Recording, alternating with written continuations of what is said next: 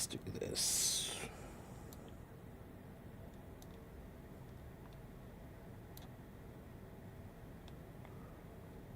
And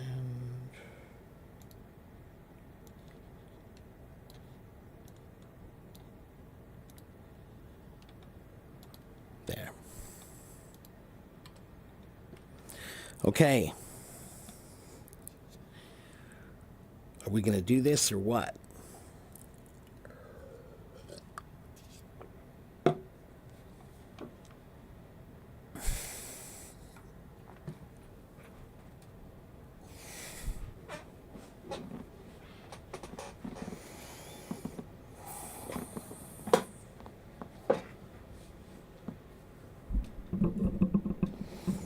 Maybe if I lean back, I'll feel better. I just started just a few minutes ago. Hunis, you're one of the first people here.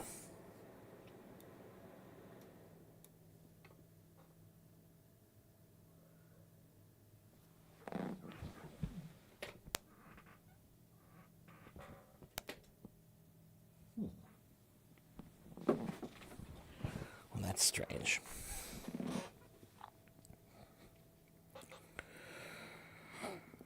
All right. Well,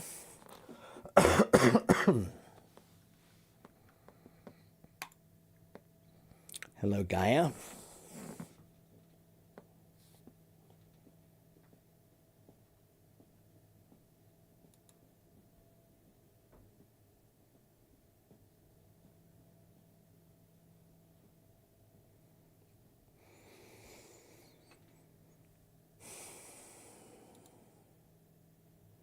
Hello, Waleed.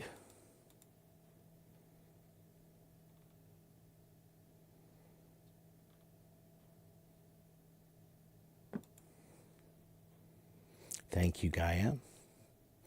Hello, Islam.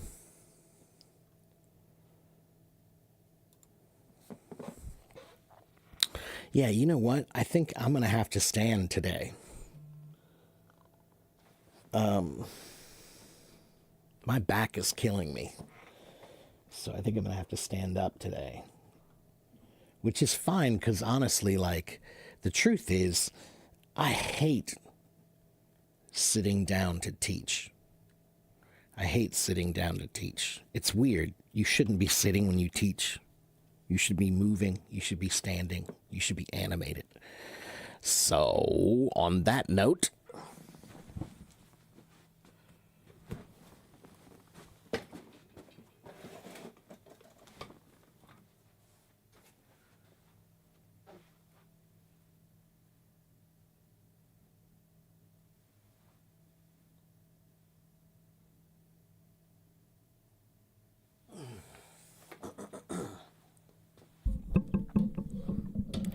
let's try something different today.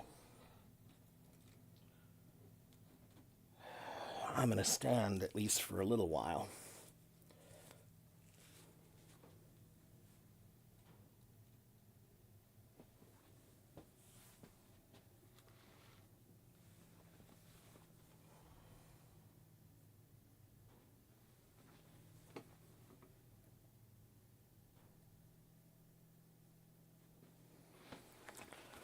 All right. Oh, thank you, Waleed.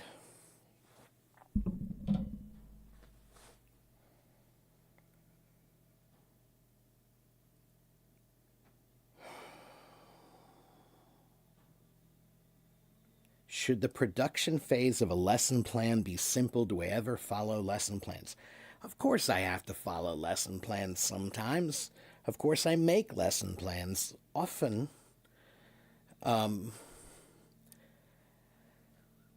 But should it be simple? That is different for everybody. You have to use the method that works for you. Some teachers I know are extremely complicated in the way that they do their lesson planning. Some teachers I know practically don't really use one. Maybe they use more of a framework You know, they have a theory or an idea, a concept in mind that they'll teach, but they don't really have much planned because that's not the way they work. Everybody's different. You can't expect everybody to do the same things. Now, you should be able to do all of them, but you should use the ones that work for you. All right? So, what I would say is are you just learning how to make lesson plans? Is that the problem? You're just learning how?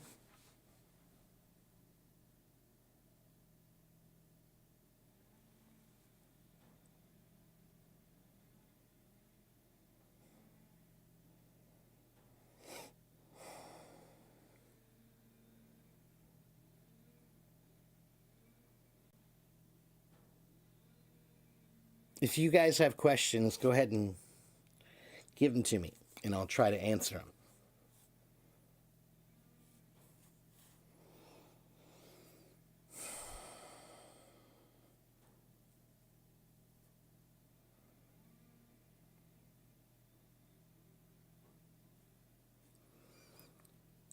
Hello, Lai, and hello, Miri, and hello, Sidra.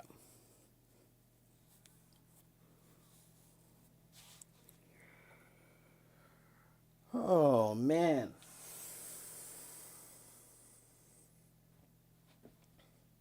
Your TEFL assignment for this week is to complete a partial lesson plan. I got stuck on the production phase because I thought it was too complex. All right. So, what is the subject that you chose? I mean, what exactly are you teaching? Are you teaching present perfect tense? Are you teaching verbs? Are you teaching vocabulary? What exactly is your lesson that you chose? That's the first question. And then my second, not question, but suggestion would be I would, if I were you, I would sit down and ask ChatGPT to give you three templates, a template for lesson planning. One basic, one intermediate, kind of middle level, and one advanced, complex lesson planning template. All right? And then you can test it. You can test ChatGPT and you can say, please make a lesson plan for me. I'm not telling you to cheat. What I want you to do is I want you to see the way lesson plans look. If you've never seen a lesson plan, if you don't know what a lesson plan is supposed to be, then or what it could be, then you're just guessing. So it helps to see what lesson plans could be. So you can ask ChatGPT to make a lesson plan, a basic, an intermediate, and an advanced lesson plan for teaching basic tenses or teaching sentence structure or prepositions, something. Choose a topic and then ask it to create a couple of lesson plans for you so that you can look at them and see what a lesson plan could be. All right? But you also need to consider many things. What are the ages of the students, right? So for example, when I only taught preschool for 1 year, but when I taught preschool, the lesson plans were very, very broad and basic because you're talking about babies. They're like 2, 3, 4 years old. So all you're trying to do is just use the language around them. And you'll talk about the alphabet and you'll talk about shapes and numbers and, things like that, right? Letters, shapes, numbers. But it's not like you have a huge lesson plan. You don't, because it's so basic that you can't really have that much of a lesson plan when you're teaching a 4-year-old, right? But if you're teaching a graduate student, then you might be teaching a very, very, very advanced subject. And a basic lesson plan is not going to cut it for that. For an advanced topic and an advanced student, then you need to have a much more complex lesson plan.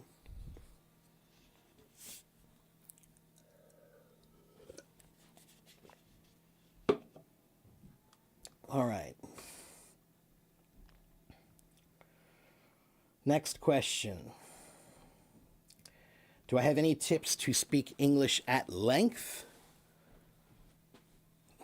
Speaking English, speaking any language at length, you have to have something to say. Do you have something to say? That's really the first question, right? Some people don't have much to say about a certain topic, right? I'm not a big sports guy, so if you ask me about sports, I'm not going to have a lot to say. But if you ask me about music, or if you ask me about food or culture or the history of language, I might have a lot to say, right? So,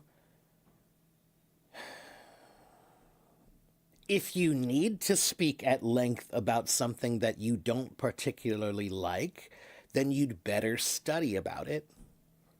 You need to know it. It's really that simple.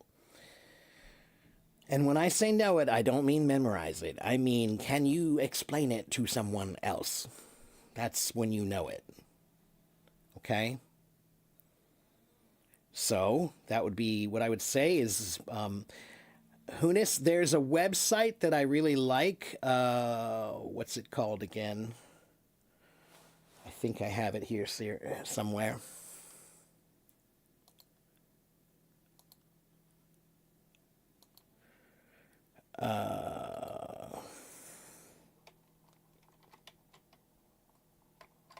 What is that called? Oh, it's on my website, so I'll go there. Resources. Speaking. This one. There's a website I use called iteslj.org.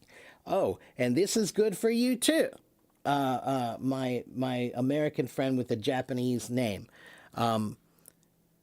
You need this website. It's a good website for you.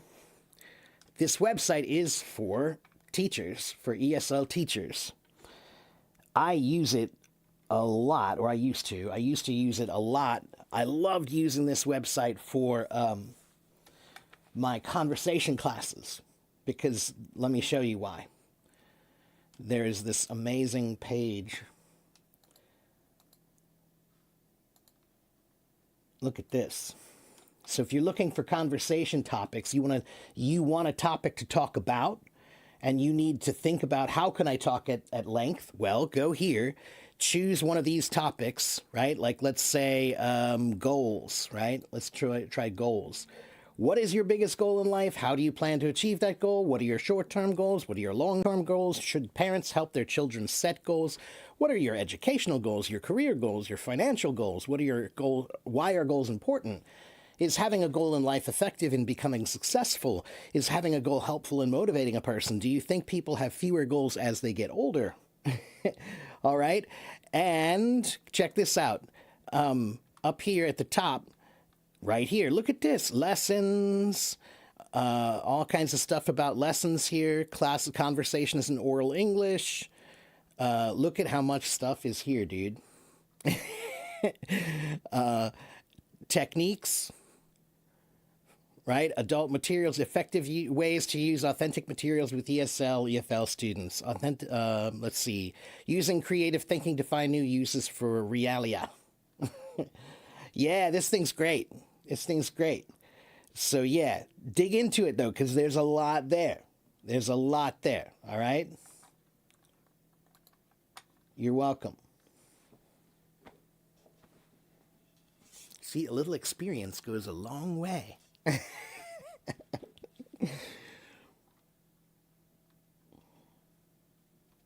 Can I say what again?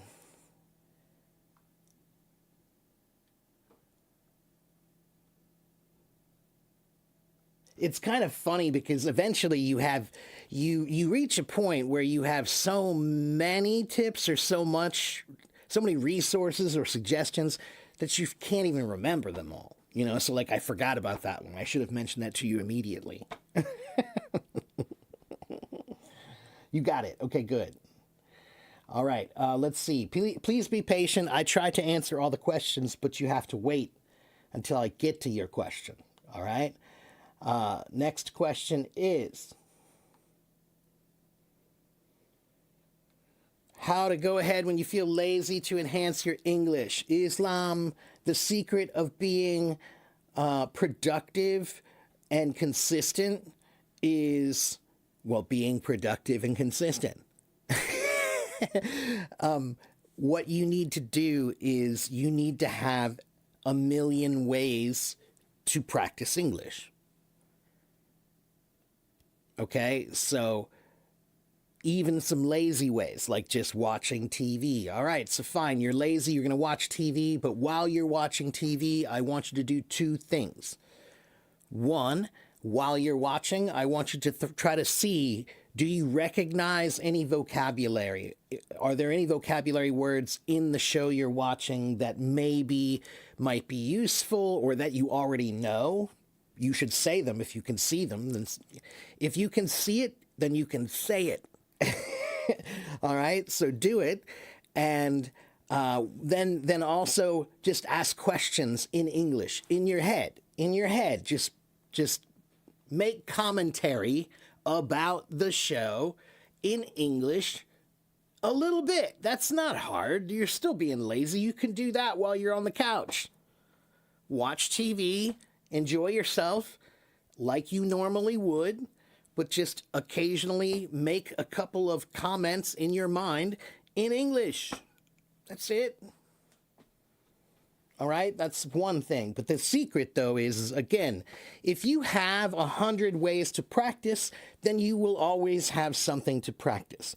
If you only have 4 ways to practice, then you run out really quickly. You get bored really quickly. All right? Be creative. Find 100 ways. Find 1,000 ways. It's not that hard, especially today with the internet and with AI. It's pretty easy, all right?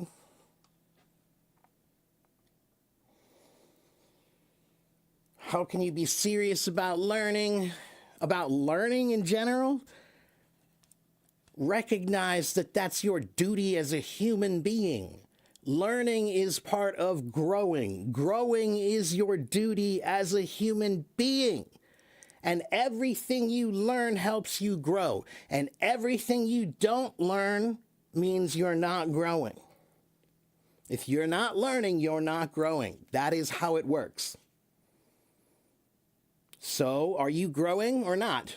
Do you want to be an adult? Do you want to actually be an adult, which means you really live in the real world and you understand the world as it is?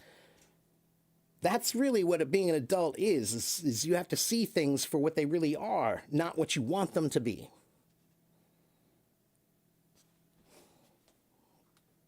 And then act upon the world accordingly, hopefully in a positive manner. When on your exam complex words come up and less complex, how do you know and comprehend them? Well, Sidra, vocabulary, language is like songs. Some songs are easy songs and they're common songs. Everybody knows that song.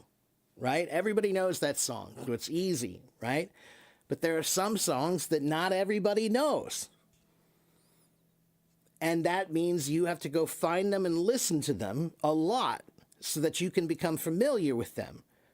And now you know about that kind of music, right? Or that kind of thing. So this is what we do with vocabulary, right? So with vocabulary, you have to think about it like this is a special kind of music. I need to listen to it so that I can be familiar with it. You need to spend time with it so that you can be familiar with it. If you didn't spend time with it, that's like if I ask you, hey, do you know this song? If you've never heard it or only heard it once, you might say, I don't think so. But if you've heard it 100 times, you'll say, yeah, I know that song. Next, is there any difference between the words begin, start, and commence? Commence is a more formal one. That's one. Start and begin are pretty much the same. I believe they just have a different origin.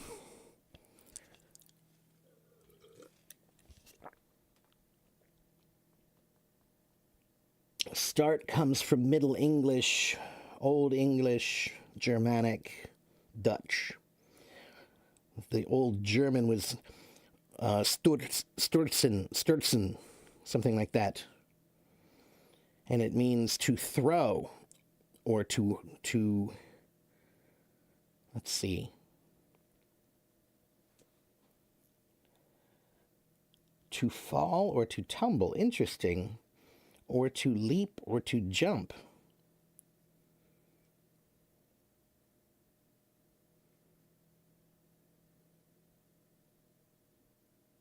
Okay, so the idea, according to this, says the original Germanic meaning is that you're moving quickly. To move quickly means like go, right? That's what it means, right? The original meaning of start. But begin might also be Middle English. Now that I think about it, it sounds like it. Old English, yeah, West Germanic. So interesting. Yeah, begin, the original meaning is to open or open up or to attempt.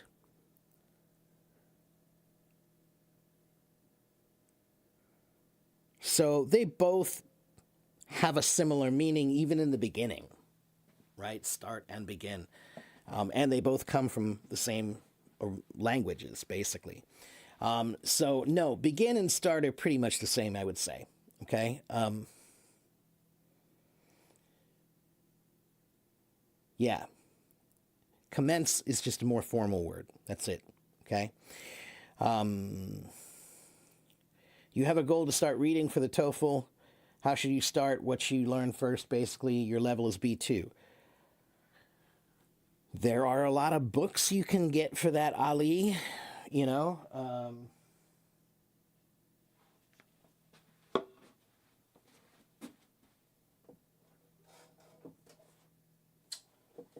let's see.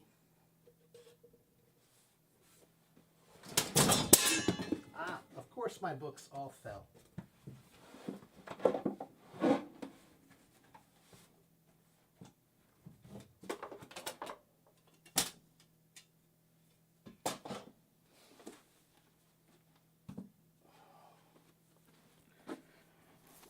Like this one, this is for the GRE, but there are many books like this that you can get. Essential words for the IELTS, TOEFL, GRE, whatever. GRE is, that's for, advanced college level vocabulary, right? So this is pretty high level vocabulary. Amalgamate, ambiguous, aggrandize, aggregate, alacrity, alchemy, alleviate, allay, alloy, allure. Okay. Those are great because, again, if you want to have a good vocabulary, it's like listening to music. Are you familiar with this music or not? If you've listened to it a lot, then you're familiar with it. But if you haven't, then you aren't. And that is the same with vocabulary. If you've only looked at it a little bit, then no, you're not familiar with it. You won't remember it. You don't know what you're talking about. You have to spend time with it if you want to be able to know it. The goal is to know it, not to remember it. There's a big difference. Okay? The lesson is how to navigate a metro station. Yeah, directions, right, directional command. Right, that's a pretty common one. Yeah, that's a good one. Yeah. With something like that, you often need to explain things like what is a block? What does a block mean? And Culturally, you need to explain how most American cities are in a grid, a perfect north south grid. Almost all of them are like that. Boston is one of the only exceptions because Boston is an old city and the roads in Boston are they were made off of the horse trails, and horse trails didn't go up and down, left and right. But all the other American cities are new, and they were all designed on a nice grid where everything is like this, right? And we have streets that are like First Street, Second Street, Third Street, Fourth Street, Fifth Street, Sixth Street. And up here will be Main Street, Sycamore, Vine Street, whatever, Broadway, right? And the thing is, not all cities in the world are like that. That's something you have to figure out when you leave this country. It's like, oh, wow, look, the cities are not quite the same. All right. So, yeah, you need to think about that. Think about cultural differences. Think about measurements that you need to explain, like block or kilometer versus mile. Things like that, right? These are also cultural things to pay attention to that not everybody does. What else?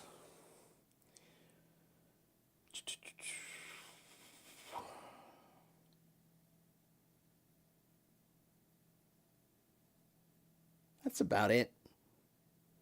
That's about it.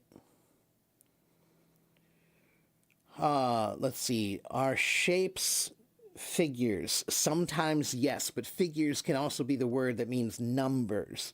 So a figure can be a shape or a figure can be a number. Okay?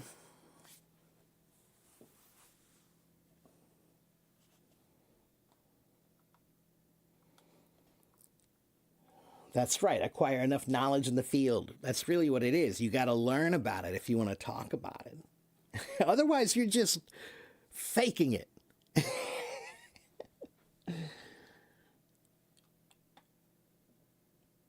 It's funny how a lot of people will spend a lot of energy learning how to fake something. So they spend a lot of energy trying to fake like they know something. The funny thing is, if they just used half of that energy, they could have actually learned it instead of faking it. Hello, Nermal. Hello, Mia. What is the meaning of get used to? To get used to means to become familiar with something or become comfortable with something, right? So when you move to a new place, you're not used to things there. Things are new. It's different. You have to get used to the way maybe you move to a new job and it works differently here. So you have to get used to it. Maybe you move to a new temperature, a new climate, and it takes a little while to get used to the new temperature. It means to become familiar with or to become comfortable with. Okay? What is the difference between a goal and a purpose? Let me think about my answer for a moment.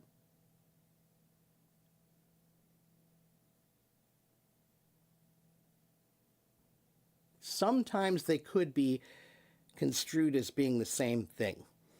But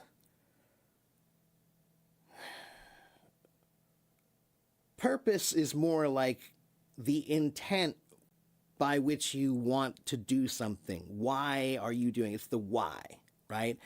So the purpose of learning a language is to communicate better, right? Now, your goal might be that purpose, but your goal could be another purpose as well, or another thing, right? So there are many, many words, Dima, that you have to think about them kind of like the family, right? So some words are like a brother that's like a twin, right? They're almost exactly the same. Some are like an older brother, older sister, younger sister. Some are like cousins, right? Some are distant cousins, which means that they're not completely the same meaning, they're not exactly the same. All right? So In English, we have a lot of words that kind of fall into this category where sometimes they mean exactly the same thing, and sometimes there might be a slight difference. All right? All right. I'm trying to go as quickly as I can. Please be patient. Why do some sentences by people in social media, such as Twitter, start with a verb without a noun? Give me an example, Muhammad. Tell me what you're speaking about, and then I'll tell you why. More than likely, the reason why, Muhammad, on social media, no one cares. Nobody cares about language at all on social media. So that is not a good place to look for any kind of standard behavior or standard of language. All right?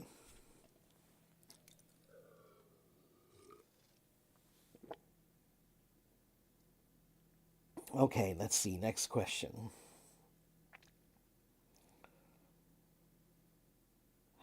You have 7 years of academic study to learn the language, and your level is B2, and you want to start in about 6 months, and you have 2 years to study. Okay, well, then, Ali, it sounds like you're serious about it, but you need to sit down and make a pretty serious plan. All right? That was about, that's a very serious thing you're talking about. You're coming here for a PhD. You need PhD level vocabulary for that. So that's going to require some pretty intense study. Okay?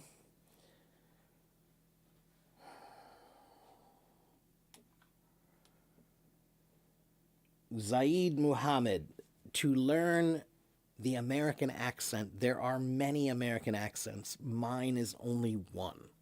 All right? There are over 30 American accents. Okay? And that's not even including the native ones. So,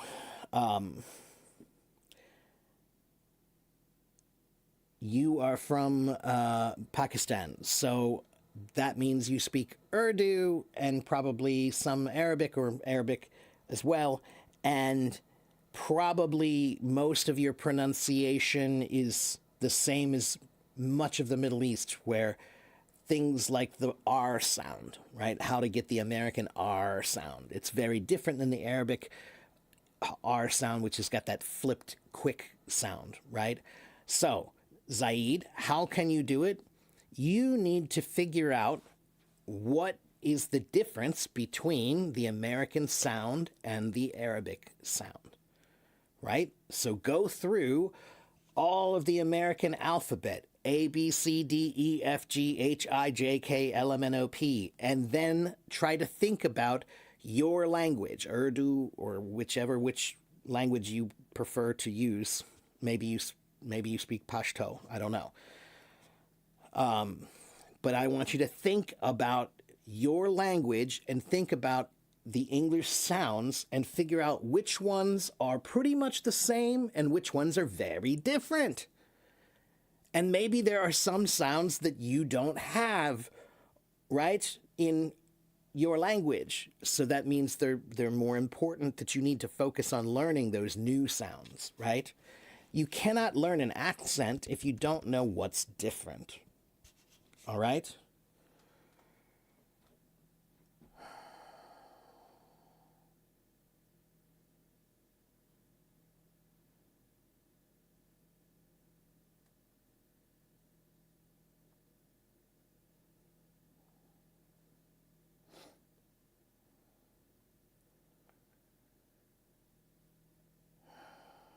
The etymology of patriotism, it comes from the word pater, which means father.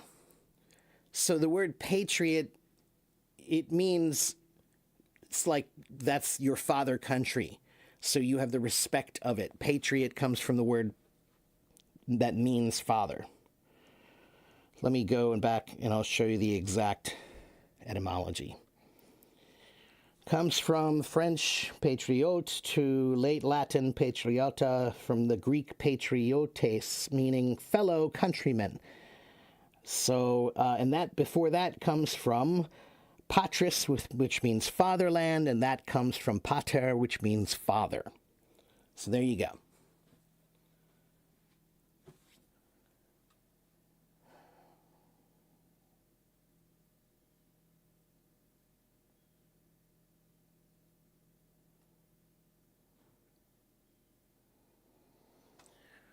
Zico says, I'm facing a struggle with developing my speaking skills. What do you think? Is there an easier way to speak? Zico, are you new today? If you are new, then you should come and watch and listen and follow and take some notes. And you should go to my YouTube channel and watch some of my YouTube videos. I have about 88,000 followers here on Hello Talk because I have a lot of tips about things like how to speak well and whatever. But just listen. I'm going to answer a lot of questions. All right?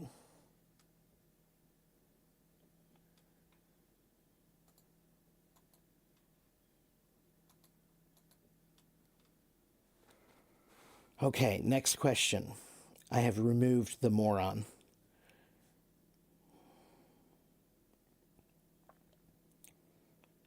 Let's see. What's my favorite word in the English language? Oh, man. I don't know. I've never thought about that before. I'm not a big favorites guy. People ask me my favorites all the time, and it's always really hard for me to tell you any favorite. Favorite food, favorite music. I have too many things that I like that I just can't. It's hard for me to put a finger on, you know? So, I don't know. Let me think about that.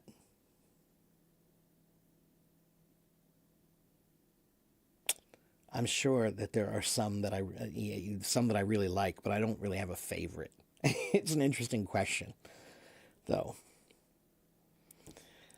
The topic, Diana, is anything that you want in English or otherwise. Q is a funny one, and actually, it does have an interesting. It has an interesting etymology. The word Q.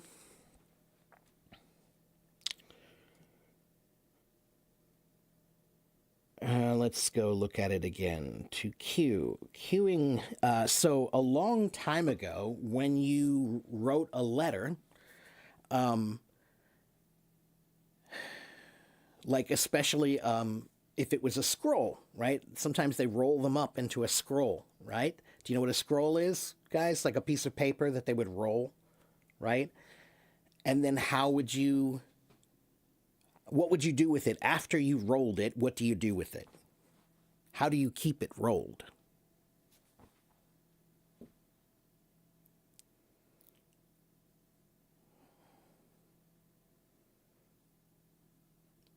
They used to use a little seal, right? They would use like a little wax and a seal. And then there was like a ribbon. There was a ribbon that would hang off of it. And it was like a tail. Okay? That tail, that's the Q. So a Q it means this ribbon, which was like a line. Yeah.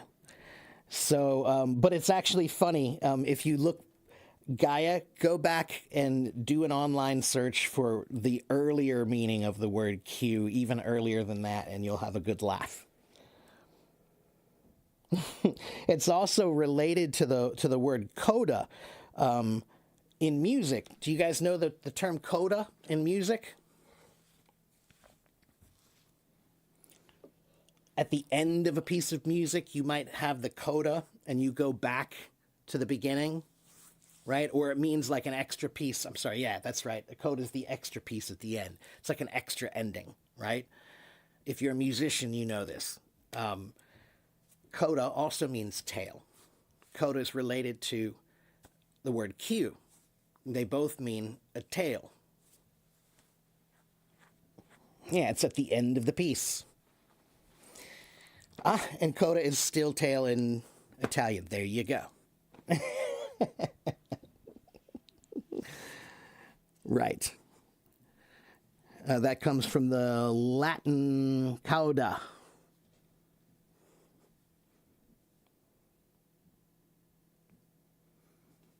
And it was also used a long time ago. The word Q was the word that they used to talk about the tail of a beast. The tail of any beast was the Q. So it's like a line. It's like the extended line. That's all it is. Okay, let's see. Did I miss any other questions? What's my favorite dish? I don't know. I don't know. I have too many. Yeah, I just can't choose. That's why I'm fat. I need to lose weight, but I love food too much. It's hard. Never trust a skinny chef. Olga says they used to tighten it with an elastic band. Well, a long time ago, they didn't have elastic bands. Not yet, Olga. This is before rubber became a big thing. So a long time ago, they used to use wax to seal things, and then they would often use a piece of ribbon or something to tie it, or just as a decoration. You know, especially if it was a royal, if it was any kind of a royal letter or an official letter, then they always had a seal that had a ribbon with a decoration, you know, like as a decoration. What is my YouTube channel name? It is right here. One moment.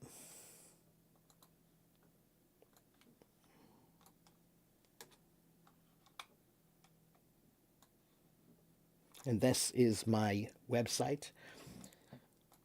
And that is my blog.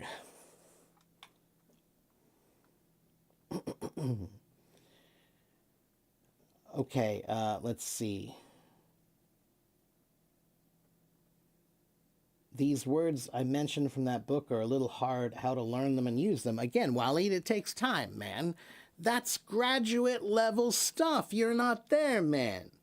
You must crawl before you can walk, and you must walk before you can run.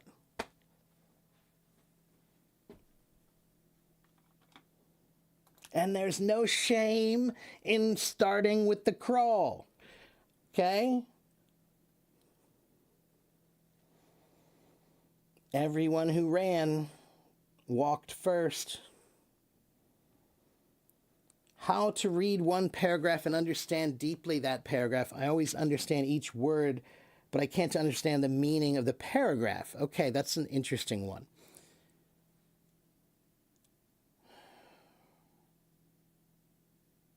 Let me think about my answer for a moment.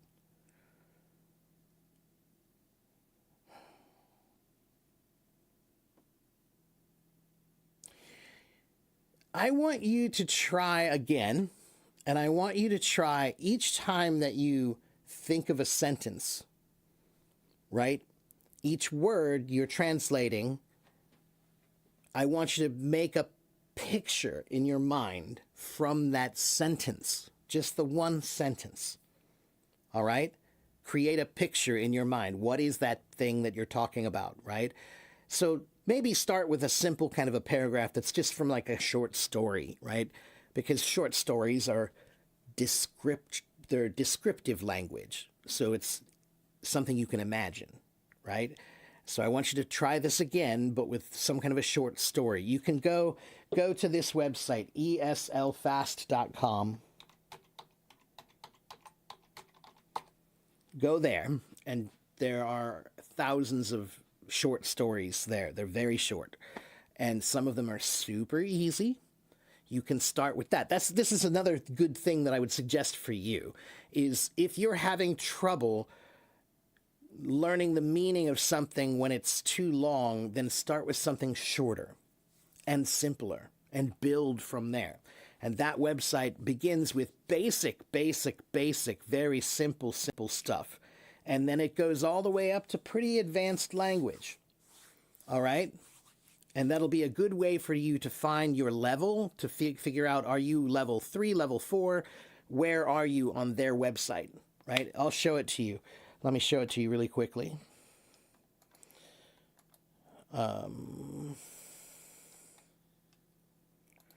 So if you go to my website, which I already gave you, whoops, not that one. If you go to my website,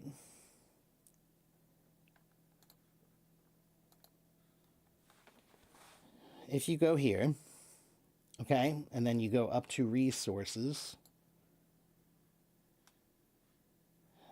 Wait a minute. So you can see all of these here, right? Reading, writing, listening, speaking, IELTS, TOEFL, grammar, vocabulary, pronunciation. These are all links for you, right? And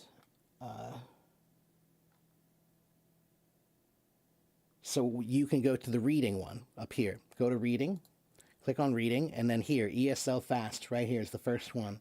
Click on ESL Fast, and you can go down here, and for beginners, like, look, very basic kindergarten level conversation. Then reading, that's very, very basic. Look how basic, watch. So we'll choose going to the zoo, okay?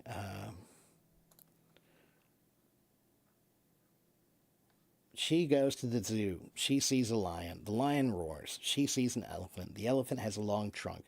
She sees a turtle. The turtle is slow. She sees a rabbit. The rabbit has soft fur. She sees a gorilla. The gorilla is eating a banana. The end. All right? And look, they have a recording. She goes to the zoo. All right, you can listen to, and there are also some things down here you can explore. These are different exercises that you can do. All right, and now that was a super basic one, right? The super basic level. Let's go back and try a harder level. So we'll go up to, let's try English level 4.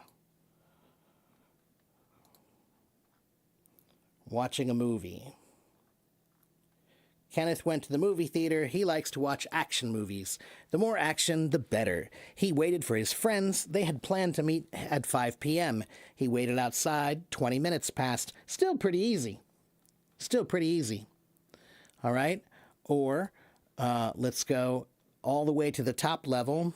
They've got graded reading. And if you click on graded reading 3, actually, they have more than just 3. If you have to scroll down here and look, they actually have graded reading 5 here. And I think there's also graded reading 6. Where's graded reading 6? Oh, no, this is it. This is 5, yeah. So look at these. These are actually fairly difficult. Computer networks are essential to modern life, but they started small. The idea of linking computers together began in the 1960s. Before this time, computers were large, singular machines that could not talk to each other. Researchers realized that if computers could share information and resources, their power would be multiplied. This need led to the creation of the first major network. Oh, shoot, I didn't share it. Sorry. You couldn't see it. There it is. All right. So, again, it's a good website to just kind of check your level, and it's also good for short reading that you can try to imagine. The key is to picture it. That's my point. Okay, my point was to picture it. All right?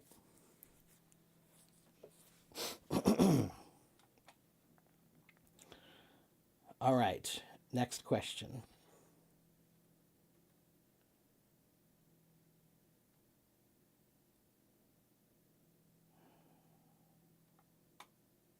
Can I use though at the end of the phrase? Yes, you can. We often use though at the end of a sentence to kind of soften something. I call it contradictory though. That's what I call it. So, for example, maybe you say, I really want to go to the park today, but it's really cold out though. Right? So, I want to do this thing, but there's a reason why I can't though. All right? So it contradicts the thing you're trying to do, and the word though kind of softens things a little bit. If I just said, I want to go to the park, but it's cold outside, that works. There's nothing wrong with it. But the though is kind of this extra thing we add to it that just adds a little softening to the whole feel. All right? Could I give you any technical tips to say something in English at length?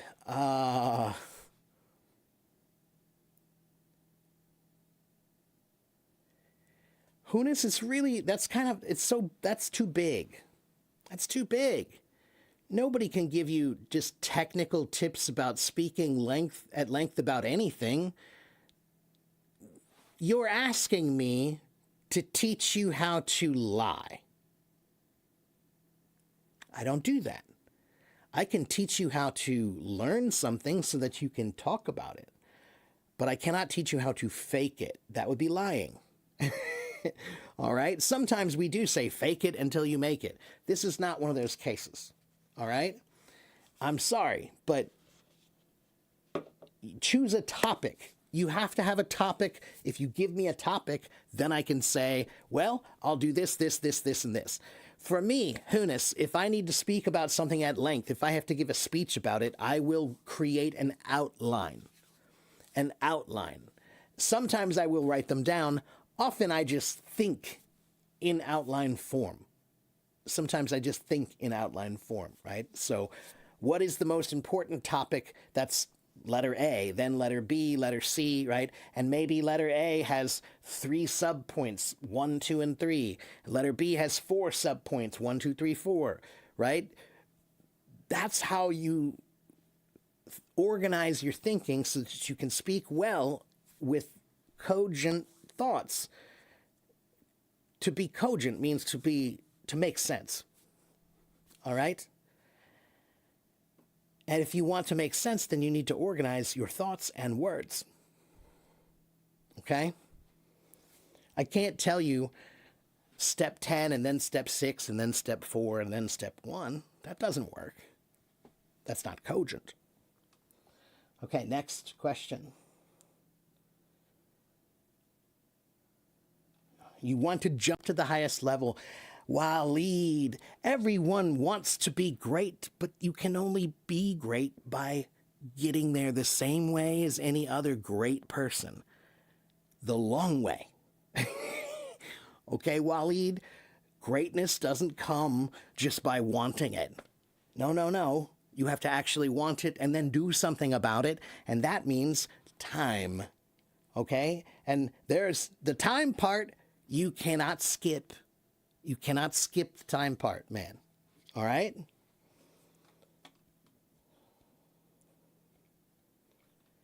If you want to have the feeling of pride that comes from learning, then you've got to put in the effort. Did you earn it? If you didn't earn it, you're faking it. It's like pretending to be a soldier. What do we think about people who pretend to be soldiers? Okay? Do I have a website to measure your English level? No, not really. There are many, many, many websites that you can try. But most of the websites that have a free test, the free test that they give you is really not that good for telling you your real level.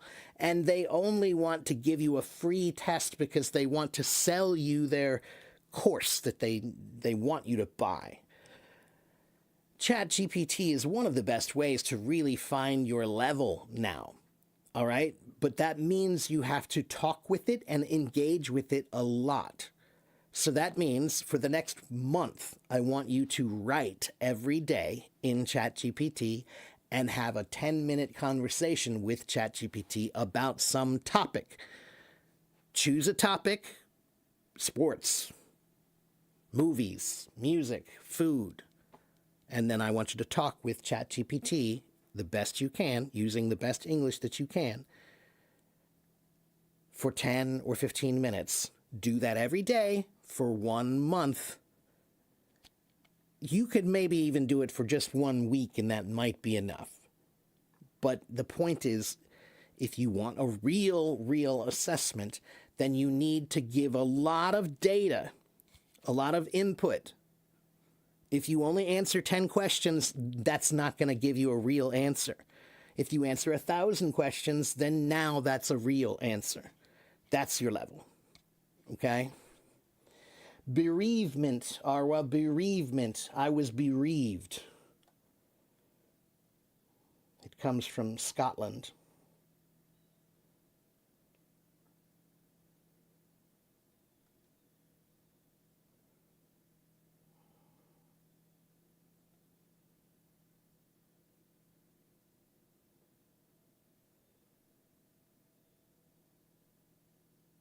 Walk the walk. That's right. Don't just talk the talk. Walk the walk.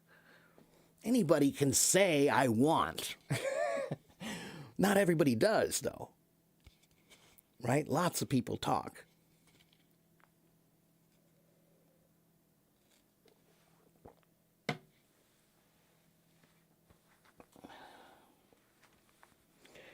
Yes, 中国人新年快乐，恭喜发财。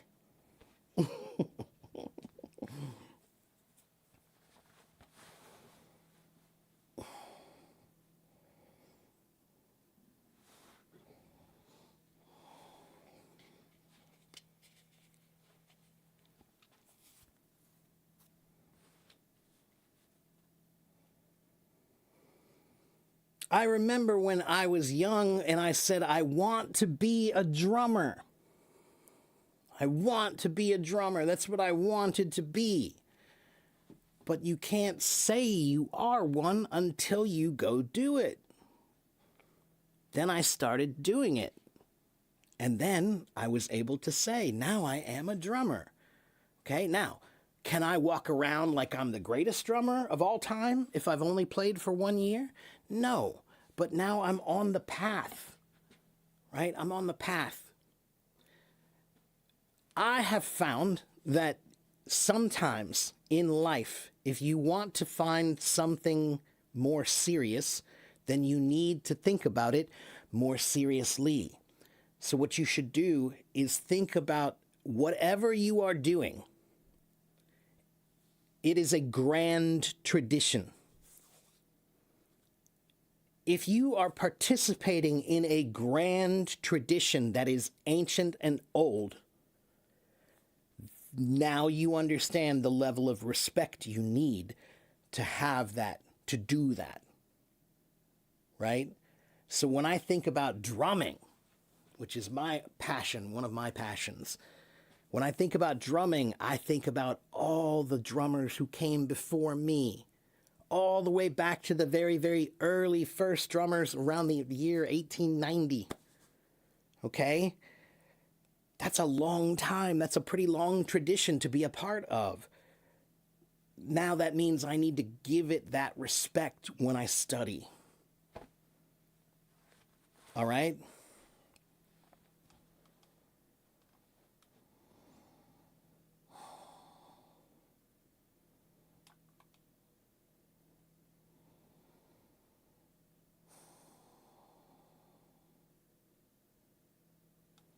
Do you want seconds? Is it food extra? Yes. Seconds means, do you want a second helping? A helping means maybe someone is having you over for dinner, right? And they gave you one plate with some food on it. That's one helping. Okay? They helped you one time. That's a helping. All right? But maybe you finish it. It's so delicious. You love it. You finish it and you eat it all. So they ask you, would you like a second helping? Would you like another plate? Would you like more? Okay? Yeah, that's what it means. Do I like Lars Ulrich? Oh, you're not going to like my answer. What does that mean? What do you think? Not really. Not a huge fan for a lot of reasons. But we're not going to talk about them.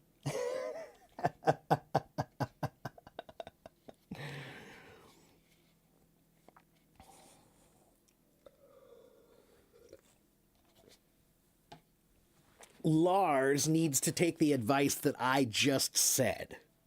He does not have respect for the grand tradition, and he never has. And that's why I don't respect him. He doesn't practice ever. And when you go see his practices with the band, he makes mistakes, and even they're angry. They're like, dude, what are you doing?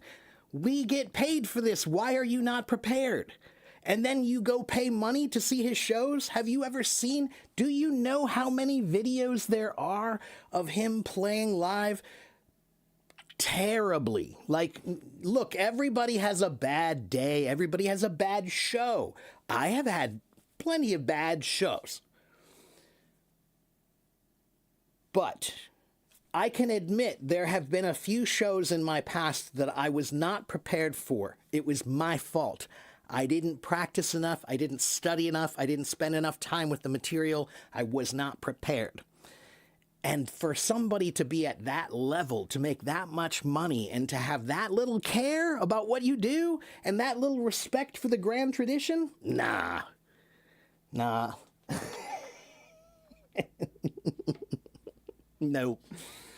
He's not even on my top 10. He's not even on my top 100, to be honest. But you got to understand, you need to understand there are a million drummers that you don't know about who are all better than Lars. And that's not a hard thing to say. And it's not that I'm saying he's the worst ever. He's not the worst ever. He's not the worst drummer ever or anything like that. But there are a lot that are far better. And that's not a hard thing to say. Any professional drummer should be able to say that. Anyway, that was the end of drum talk for the day. Machini says, I recently have an issue. I feel very low, like depressed or something. That's not usually me. What do you do when you're not motivated or happy? Machini, that's life, man. That's life. And as a matter of fact, it's a good part of life. And I'll tell you why.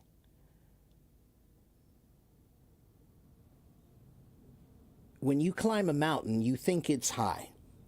But you really don't know how high that mountain is unless you've also been down to the lowest valley.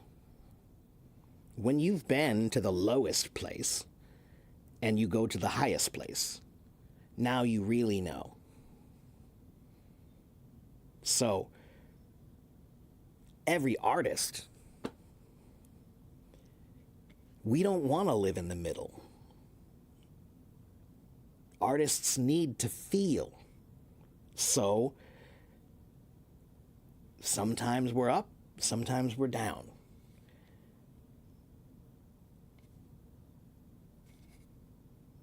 And it's all good because every emotion is fuel for expression. Write that down. Every emotion is fuel for expression.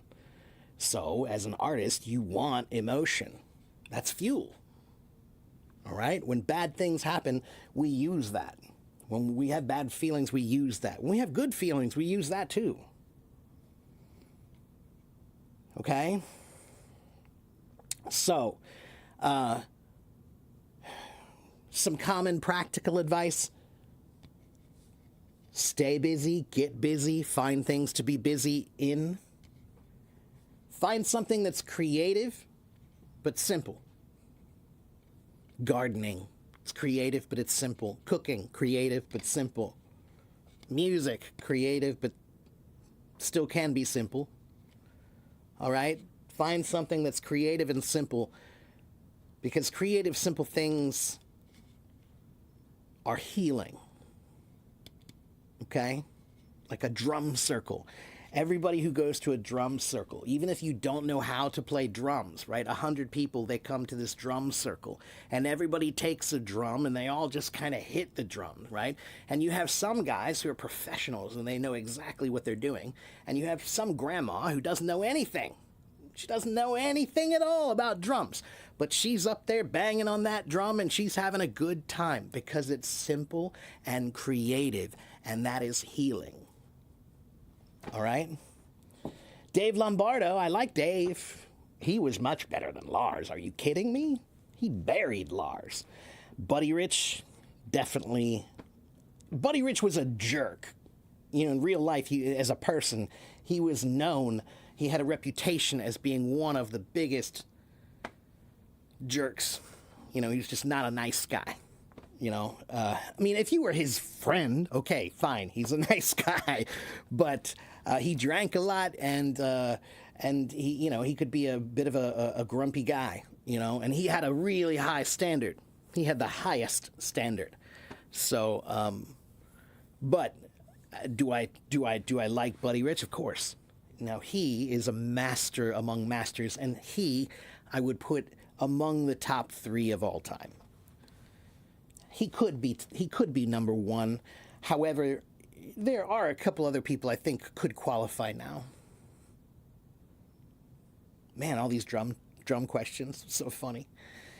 Can I give you some wishes for New Year? Sure, absolutely. Have a happy Lunar New Year, Libra, in Vietnam, and this is the year of the horse, right? And horses, that's a very stoic animal. It's a very powerful animal. It's an animal that has a lot of energy. They travel across great distances, right? They're powerful animals. Use that as a symbol. Be a powerful animal that pushes yourself forward in life.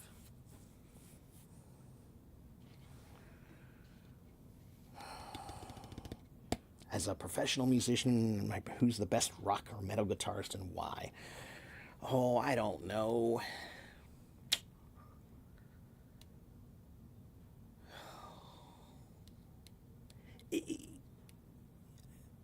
I can only answer who would be like my favorite for me, but I'm not a guitarist, so as a drummer, I think my opinion of who the best guitarist is not exactly the you don't ask the drummer who the best guitarist is. You ask the drummer who's the best drummer, right? I have opinions, sure, but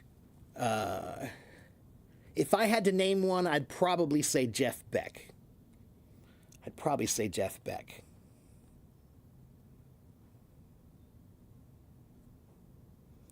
Yes, I'm an American.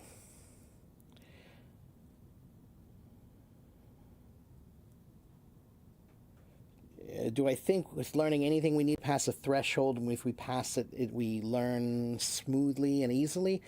Uh, kind of. Yeah. There are what I call notches. Notches. A notch means like if you take a knife into a tree and you cut a little piece, that's a notch, right? So when you're growing, right? Maybe you mark the tree with where you're growing. Like here, at 10 years old, I marked it here. I was here, and at 15, I was here, and at 20, I was here. Right. So those are notches. And in learning, there are always notches also. Right. There are times when you feel like you made it to this next level, and that next level gives you a new feeling of like, yeah, I can do this. This is good. I can do this. Right. But that you're going to hit another feeling where you another wall. You're going to hit another wall, right? So there's notches and walls and notches and walls, and so that's the process of learning. But there are essential skills that you will learn, that as you gain that skill, that you feel like you can do it more easily and more comfortably. For a while, it does give you that sense until you hit the next wall, the next level. All right? You're welcome, Mahdi. Magdalena, a notch. A notch is a marking that you make into something, like a piece of wood or a wall or something like that, right? So sometimes when, in your house, if you have children, maybe they like to mark a little, on the wall, they'll mark your height, right? Like at 10 years old, you're this high, so they mark it. That's a notch when you mark that little spot. Okay, that's a notch. Okay? Carving is another word that's related to notch, yes, in this case. What's my opinion of the movie Whiplash?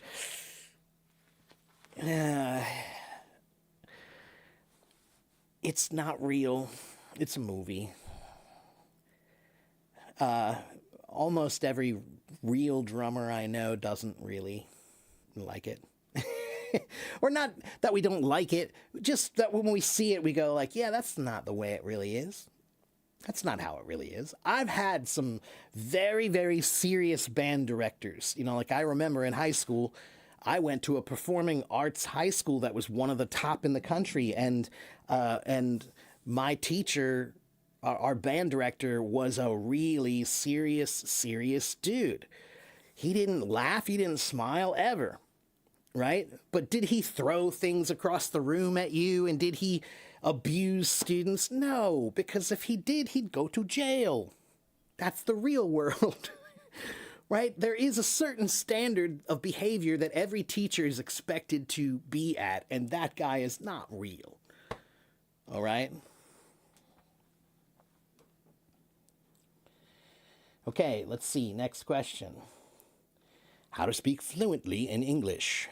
Go read my article about it. Here's my article about it.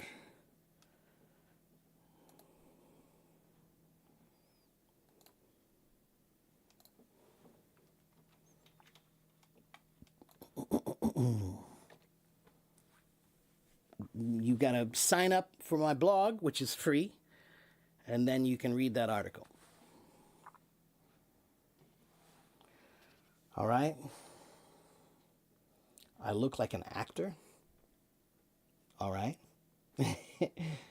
Magdalena like Whiplash. If you like it, then that's great. I'm not trying to tell you you can't like it. You can like it. I'm just saying, as a drummer, drummers see it and go like, no.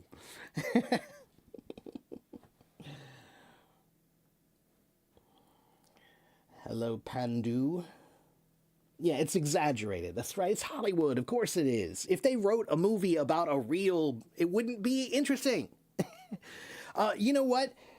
There's another movie called Mr. Holland's Opus. Have you ever heard of that movie, Mr. Holland's Opus? That is a movie about a band teacher who is a very inspirational band teacher, and he really inspired. And if I remember right, it's based on a true story. Let me double check.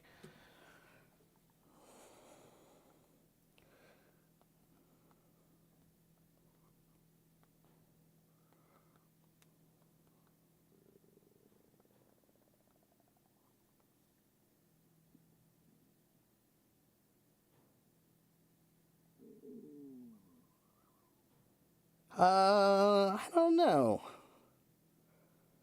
I think it's based on some sort of story.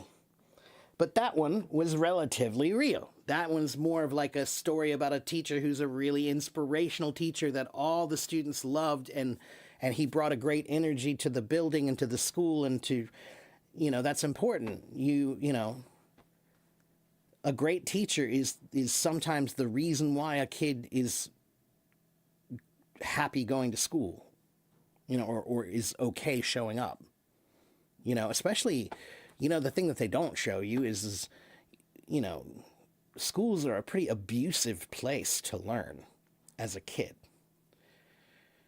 It's not a very safe environment, to be honest. And this is very easy to see even in American culture in the movies. There are so many movies about how bad high school culture is here. Bullies and things like that, you know, groups and cliques, and, you know, you're cool and you're not cool and all that kind of stuff. It's a lot harder to learn when you're having to deal with all that stupid stuff, you know. But sometimes one teacher who's the teacher that really inspires you is the one reason why you're willing to put up with all that torture. I'm standing because my back hurts today.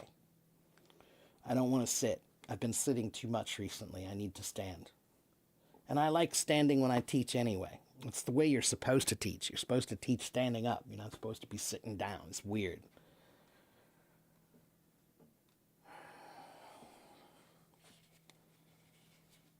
You think it was talking about perfectionism that's not real? Agreed.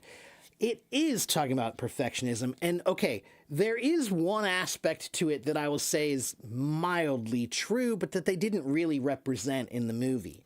Mahdi, almost every real musician, we all go through a period of time, like maybe a year, sometimes it's 3, 4, 5 years. And we call it being ate up, ATE, ate up.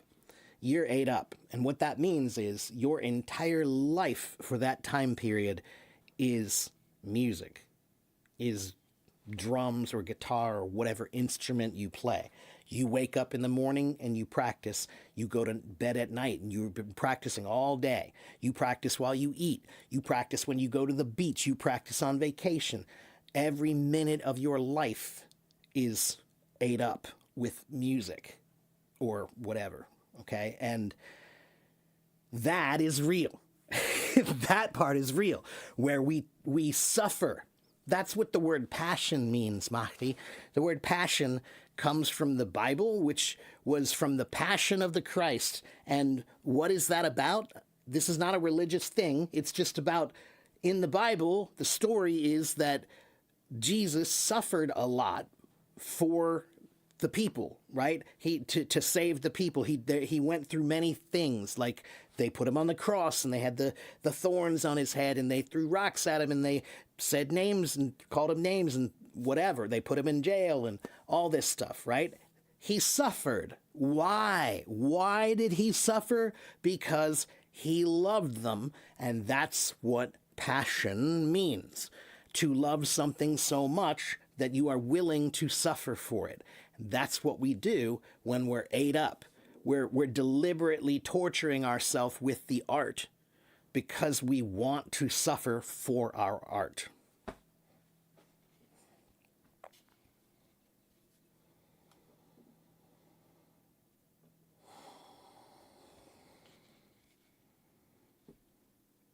The movie Mr. Holland's Opus. Let me try to write it for you here.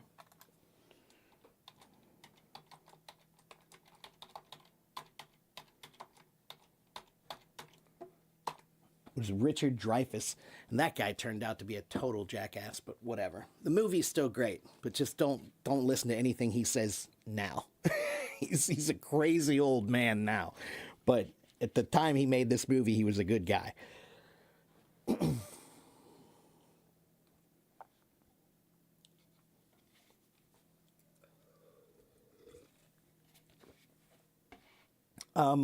To which one would be the proper word to say there? I would say say it again or retell.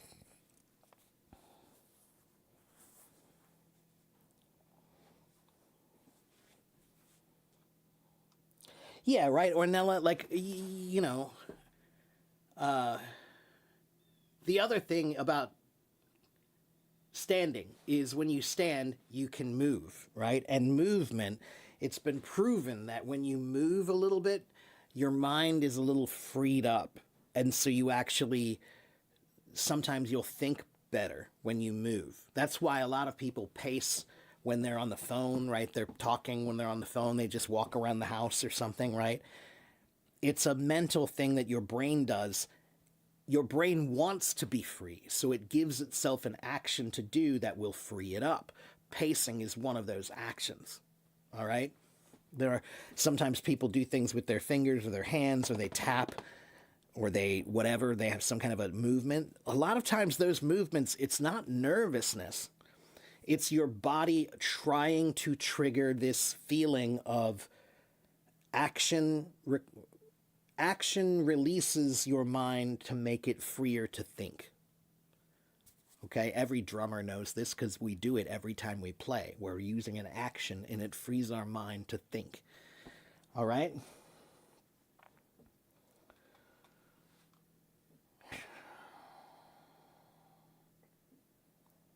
Okay, so look, if you are new here, hold on, let me check on my people over here.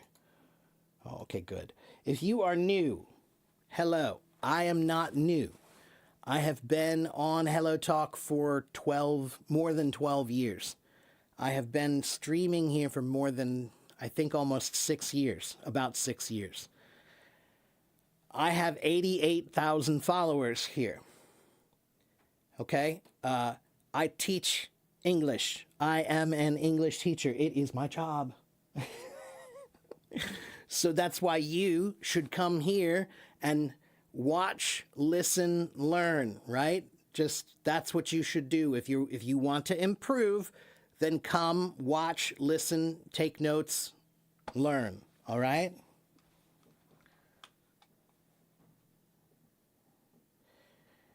Getting closer to the students is important and motivating. It helps keep you there. Yeah, that's true too. Yeah, just a general sense of energy. Not to mention, come on, it also has the effect of being slightly the overwatcher, which you have to be with kids, sometimes. So I try not to look like I'm, some sort of a slave master walking around like, no, that's not what you want to project. Not at all.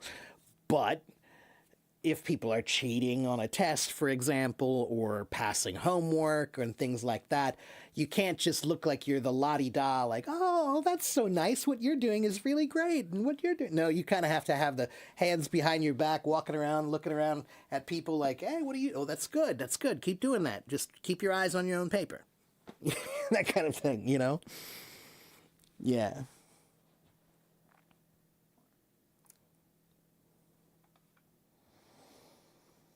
He has long hair and he wants to teach them using music. Okay. Which one is that? Is that, are we still talking about Whiplash or what? I guess. What about the movement of hands when we speak and explain our thoughts? Some of us move with their hands. Yeah, of course. Of course. Have you ever watched Elon Musk when he's on TV or doing an interview and he loves to put his hands like this when he speaks? Did you ever notice that? Do you know why he does that? It's called a power pose. It's a power pose. There are a bunch of them. One of them is this. This is one power pose. Another one is folded hands or like this or something, something like this, right? A lot of CEOs, they like to do this or something with their hands right in front of them in a triangular like shape or folded hand shape. It looks confident. It's a confidence move. If your body language says this, it says, oh, you know what you're talking about. You must know what you're talking about because look how confident you are.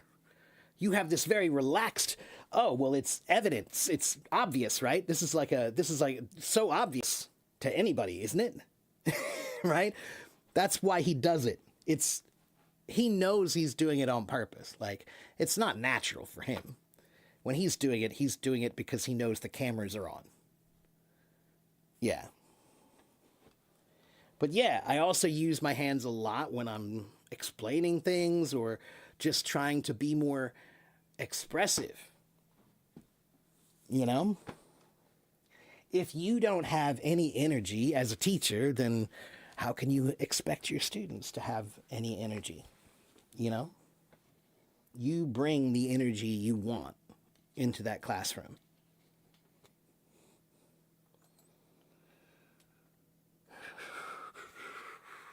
Italians move their hands a lot. I know they do. I love that.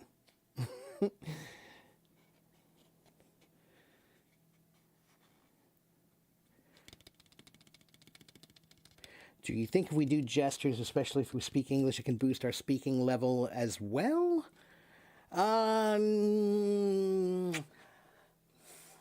Maybe on some small level. There could be a reciprocal effect. This happens occasionally. So this is why we say fake it until you make it. If you pretend to do something, sometimes your body doesn't know the difference. Your brain doesn't know the difference. So if you pretend like you can do something, you feel like you can, right? That's that effect. It's like this reciprocal effect, okay? So what I would say is if you have a posture that looks confident and feels confident, maybe it will give you a sense of relaxation and confidence that might help you to feel more relaxed when you speak. So yes, It could have the effect of making everyone who sees you in the audience think that you're confident, but it could also have an effect on yourself. Your subconscious might also think, oh, I'm okay, I can do this. All right?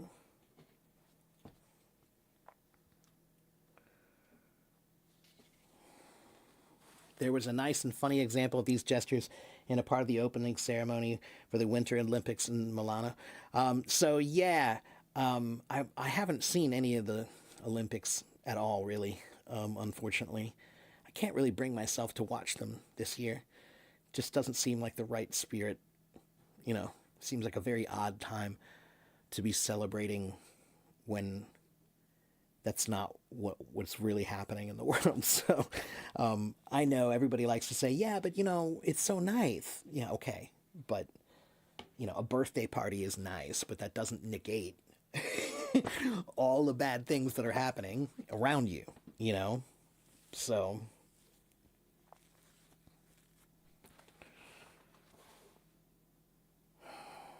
if the teacher doesn't have the energy, he just has the knowledge, what must he do?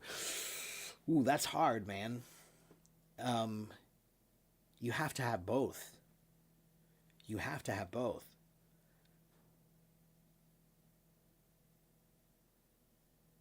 Being a teacher is not just about having the answers. Being a teacher is about spreading fire.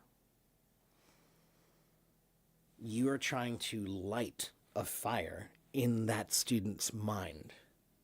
That means you have to give that student a little bit of your fire. So you have to have a lot of fire because you have a lot of students every day. All right? And if you can't, then you better find some people who inspire you too. There are always people who can inspire you, right? So when I want to be a better drummer, I look at the best drummers. I watch the best and I go, God, I wish I could be like that. Man, I want to be like that. How can I be like that? I think I can, but I got to work at it. Right? So find the people that have the energy you want and study them to try to figure out if you can do that too. Okay? That's right. Faking it can induce your mind to believing that it can. That's right.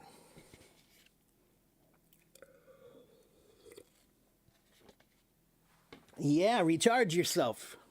Sometimes you need to go back to remember why you do something in the first place. Why are you doing this? What is the point? Sometimes when you learn stuff in the beginning, if you're learning something that you like, why do you like it? There's a reason. There are many reasons, right? But sometimes we forget what those reasons are after a long time. And you have to go back and remind yourself, right? So I can remember as a drummer, in the beginning, the first few years of being a drummer, it was all fun. It was all fun. I would just practice for fun and play for fun. It was all fun. Then I got kind of serious about it. I think around 16. And then it wasn't about all fun anymore. So, I think that you have to be honest with yourself about whether you are being serious or just having fun, and you have to figure out how to have a balance between those things, right? Because the fun part is the reason why you did it. And you can't forget that. You have to go back to it, right? So how did I go back to it? I would go back and play some songs that were like my favorite songs from when I started, right? Like the songs that I first heard that made me love music in the first place. And I would play along with those songs, and then I'd be like, oh yeah, that's right. I remember why I like drums. It's fun. Okay? What is a synonym for induce? So to induce, in this case, it means to create a feeling of. Okay? to induce can mean to create a feeling or to create a state. Okay, so for example, they induce labor when you're in. Sometimes when you're pregnant, maybe the baby should have come already, right? It was due a week ago, and the baby's not here yet. So the doctor will say, "I think we're going to induce labor." That means they're going to use some sort of a drug or some sort of a technique that will cause the woman to want to, to force, right? To bring about, to cause the state of, is to induce. All right? Induction.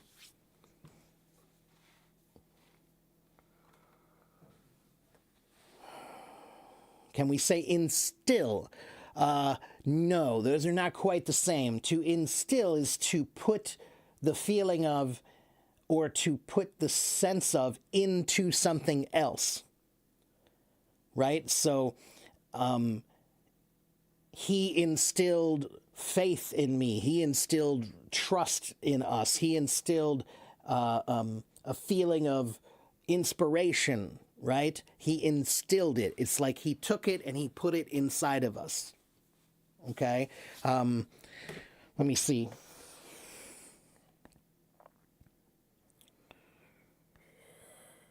Instill.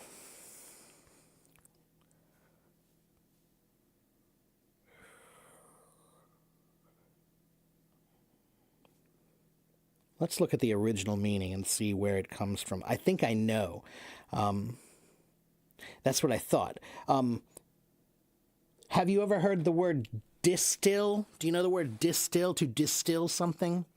Distillation? Do you know that word? Yeah, distilled water. What does distilled water mean? What does that mean? How do they make distilled water? Yeah, right. So separating the water from the solid. That's right. And the way that they used to do that was drop by drop. They would distill it.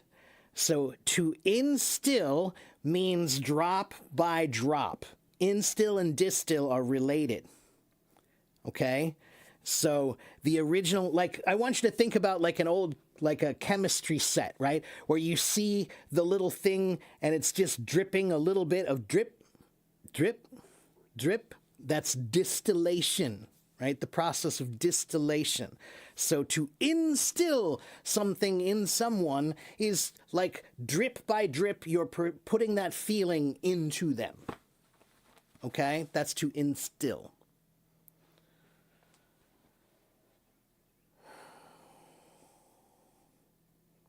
Thank you, Jaja. 新年快乐. Like a solution for patience. That's right. That drop. That's right. I'm trying to think. Is there another word? Let's look. Let's see. So instill, distill.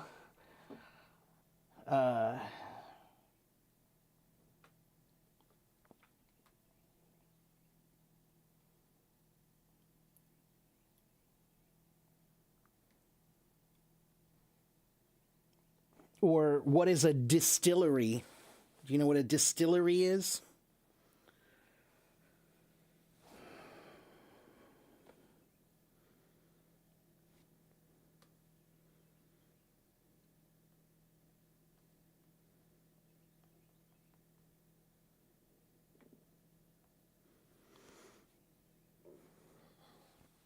A distillery is a place where they make alcohol, liquor, right? And how do most liquors, to make the liquor, there's a process that you have to do, and it requires you to distill it, right? That means that it starts as this big tub, this big vat, this big, container of all the ingredients. And then they will heat the ingredients, and then it will go through this big process of cooling. And when it comes out the bottom, that's the alcohol. It is distilled. Drip, drip, drip, drip, drip. It comes from the Latin word, I think it's stillare.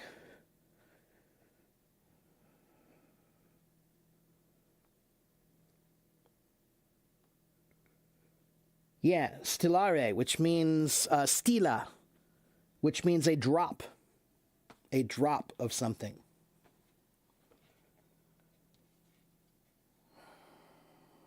What about love? Yeah, you can say to instill love. Yeah, absolutely. Yeah, you instill love into your family, into your friends, maybe. Yeah, sure you can.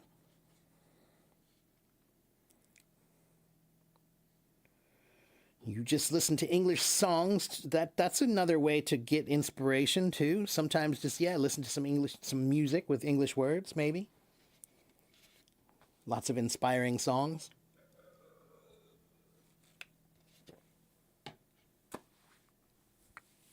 Oh, man.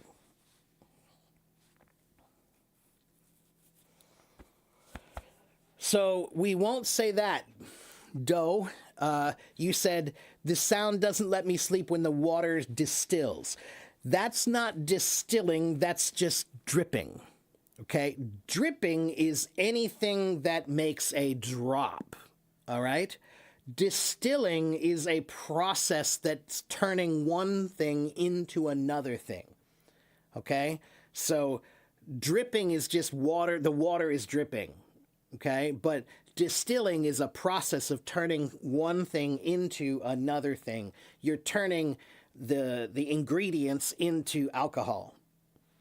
Okay? That's distillation. Okay? I mean, it's not just for alcohol, but that's the main thing that we usually think of. But in chemistry, there are lots of ways to distill things. Okay?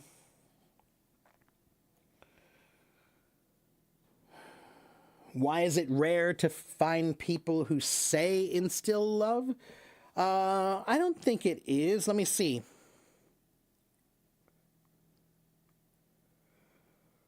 Let me see. The examples of instill love.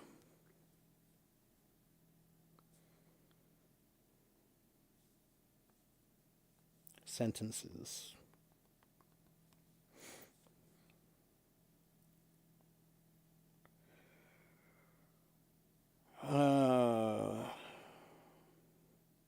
So this says instilling love involves using words that foster deep emotional connection. Foster means to create, security, and warmth. So these sentences can be used to strengthen bonds with partners, children, or friends. So to instill the feeling of love, you say things that make you feel love. That instills the feeling. It creates the feeling within you drip by drip. Okay? Yes, you can say, I instill love in my kids by saying nice things, right? So if you say things like, let's see.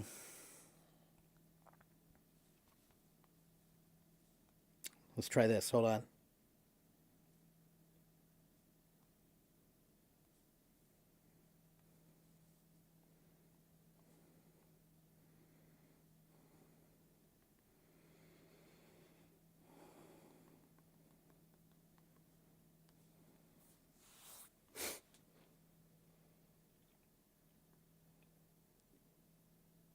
Yeah, if you just say things like, I love you just the way you are, or you say things like, I'll always be there, no matter what, that instills love into someone. It creates the feeling of love.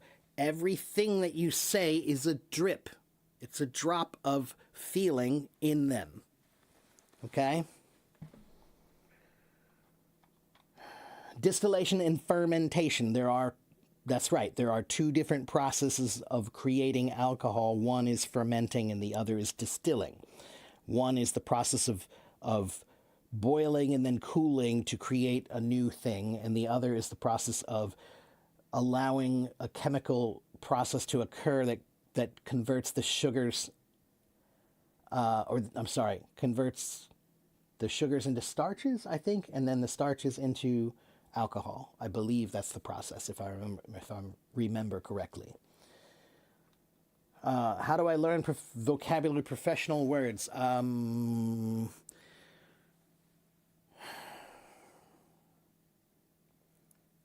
When you say professional words, what do you mean, Nermal?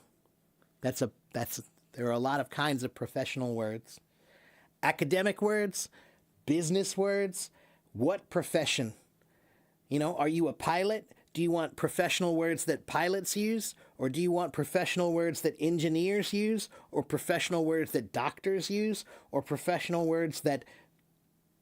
There are many different kinds of professional words. You're a security officer. Okay, well then you can do a search on ChatGPT and say, please give me a list of professional words and language that a security officer could or should use.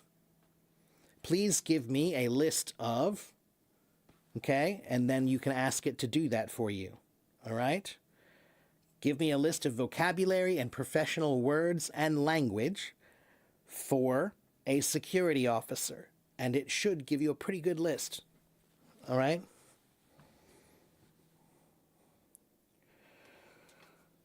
So instill love could mean a process from 0 to 100. Well, yeah, sure, right? Like let's say you adopt a new child, right? You adopt a child, or maybe even you got a new dog or a new cat, and sometimes the new dog and new cat is scared. They don't know who you are or what you are, right? They're scared of you. So you have to do things to instill a sense, a feeling of love in that animal or in that child.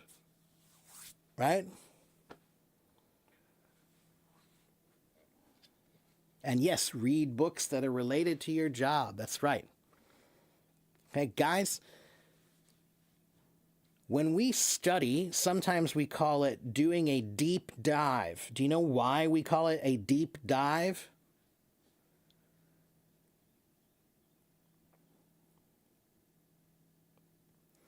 Because learning is like jumping into a pool. You have to spend time in that water to be good. Okay? If you never spend time in the water, you're not a good swimmer. If you spend time in the water, you're a great swimmer. And the best swimmers can swim in the deepest waters. Okay? So studying and learning is diving. Some people only stay in the shallow water. They only do shallow learning. But there is deeper water. Deeper water does exist. Deeper learning. Don't just learn shallow, in the shallow end. Jump in the deep end. Swim. Spend time in the water. Okay, if you spend time in the language of English, in the water, then you'll be familiar with it. You'll feel comfortable. You'll know what you're doing. But if you never spend time in that water, then of course you won't. That is the process of learning anything. You got to spend time in the water until you're comfortable. Okay, what is shallow learning? Shallow learning is memorizing. Memorizing is one kind of shallow learning. Another kind of shallow learning, just when people think, oh, well, I finished that chapter of one book, so I'm done now. Okay, you read one thing. Great. Now what? Did you do any more? If you didn't keep going, then you're still shallow. Curiosity will end when you have a feeling like, I think I understand now. Okay? But you should have a feeling of curiosity that's like, okay, I understand a little bit more, but I still don't completely understand, so I better study more.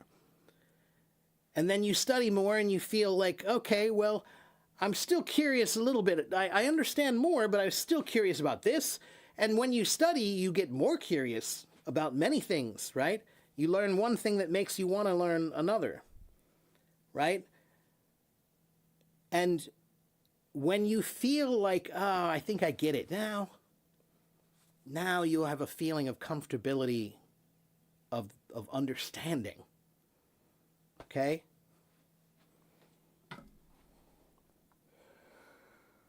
Yeah, learning for examinations is shallow learning, right? You're just trying to learn temporarily.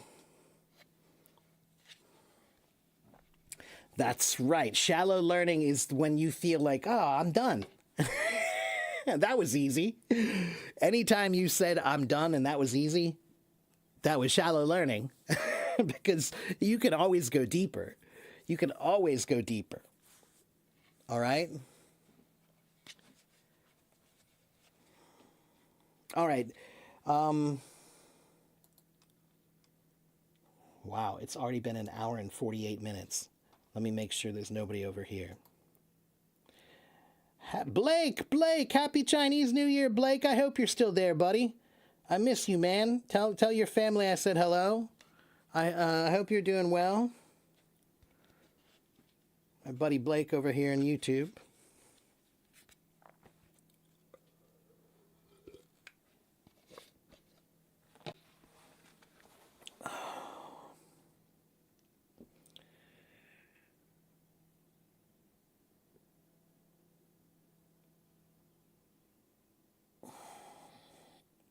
So we have to feel exhausted again and again. That means deep diving. Well, no, you don't have to. You don't have to do anything.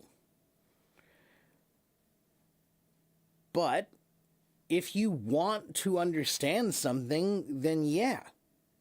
If you want to say you know something, then yeah. If you want to be able to explain something to someone else, then yeah. You have to keep going again and again. That's why we respect people who are smart, because we know they did more work than you, right? Like when I see somebody smart, I go like, oh man, I'm so lazy. God, I wish I were like that guy. You know, you should always have someone around you. Guess what? Do you know what the secret of being a great musician is? Do you know what the secret of being a great musician is? Anyone can be a great musician. I'll tell you the way. All you need to do is make sure that every time that you work with other musicians, you are always the worst one in the group. You're always the worst one. Everybody else is better than you. Why is that good? If you are always surrounded by people who are better than you, then you will always be inspired to be better. If you are surrounded by people who are worse than you, then you will never be inspired to be better.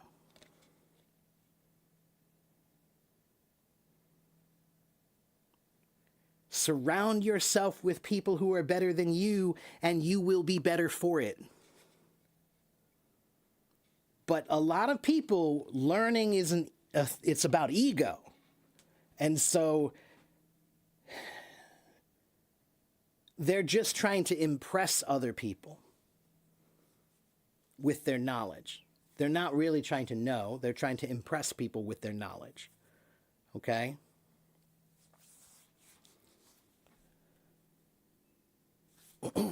Surround yourself with people who are better than you, and you will always be better for it. Surround yourself with people who are worse than you, and you will never be inspired to be better. You'll be inspired to be worse. Okay? Now, I will say there is another side to that coin I think is important to remember.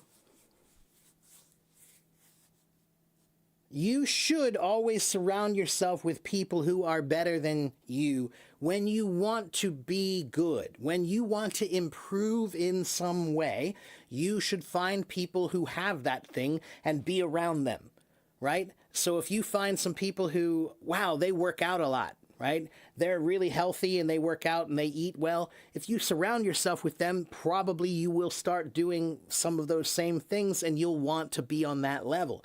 If you want to speak better, then you should surround yourself with people who speak well. Then that will inspire you to want to speak well as well. All right? That's the key. But, okay, now, this is the other part that's important, though. I remember when I was a kid, there was a kid in my neighborhood. And this kid was the bad kid. He was the bad kid in the neighborhood. All right? So, my mom said, I don't want you to play with that boy. He's a bad influence. Okay? He's a bad influence. Maybe. Maybe he was. But here is the one thing that they always forget to tell you about people who might be a bad influence on you. The other thing that they never tell you is you might be a good influence on them. So when I say surround yourself with people who are better than you and you'll always be better for it, yeah, that's good. But you also need to bring some light into the world. And so occasionally you might meet somebody who's not doing well, who's not inspired, who's not surrounding themselves with better people. And you have a choice. You can walk away from them and say, they're not important, and I don't want to be affected by their negativity. You can do that. Or you can say, they look like they could use a little bit of light. Maybe I have a little bit of light that I can give them. All right?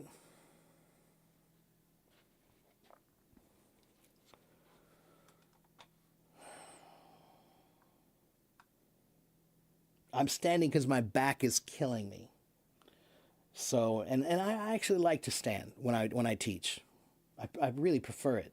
Sitting is so, I don't feel mentally agile when I sit. Happy Chinese New Year to everybody here. 新年快乐.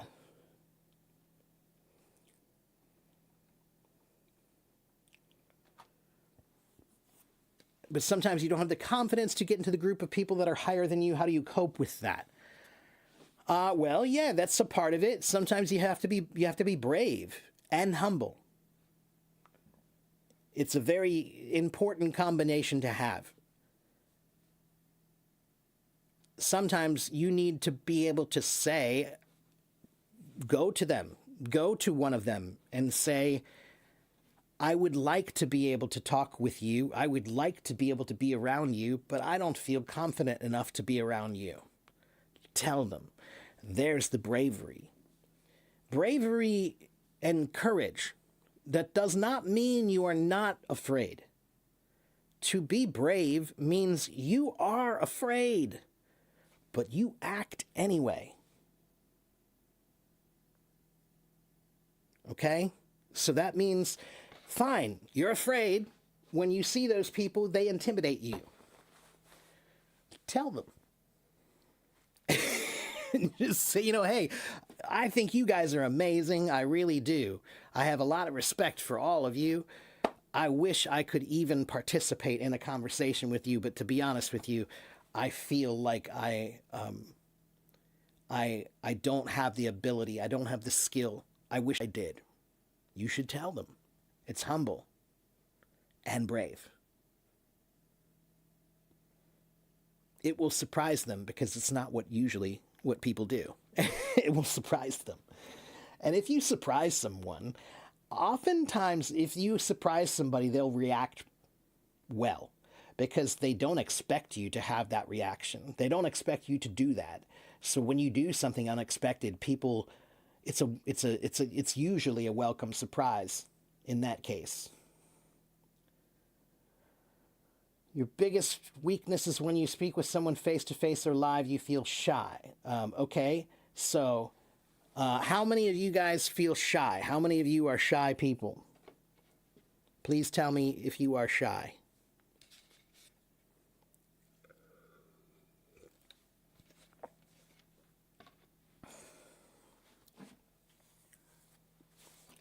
Okay, Tyrion, Nelly, Magdalena, Libra, Walid a little bit, Fatima. Okay, a lot of people are shy.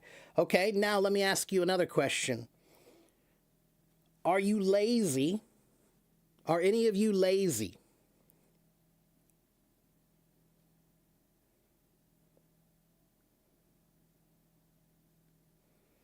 Mo says yes. Okay, well, Mo, at least you're being honest. Okay. Tyrion says no. Okay. So let me ask you a question. Is laziness a quality that you should accept? Like if someone says at work, if you have somebody at work and you say, well, that guy's okay, but he's kind of lazy, do we usually accept that? No, we don't accept laziness because we know that laziness is never helpful, right? Laziness never really benefits you.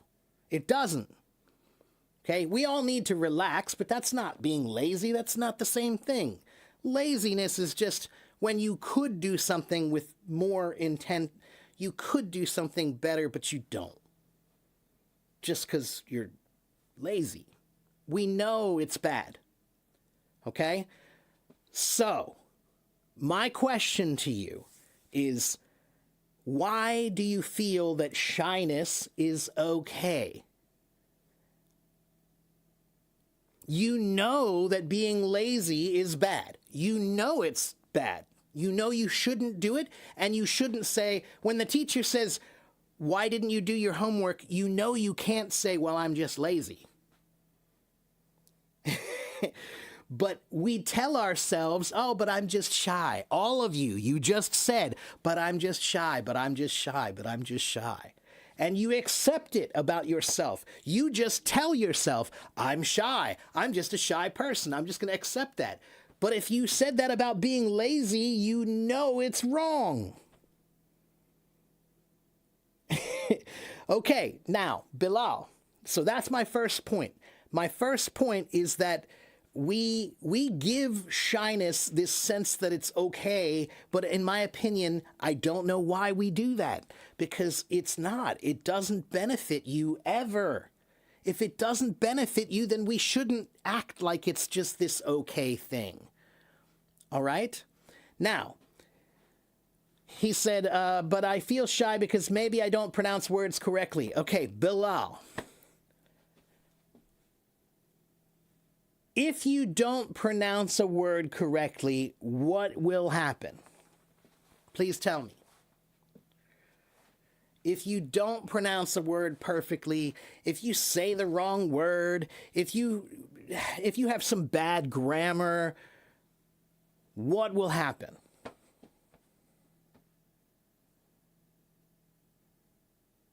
What's the worst thing that could happen?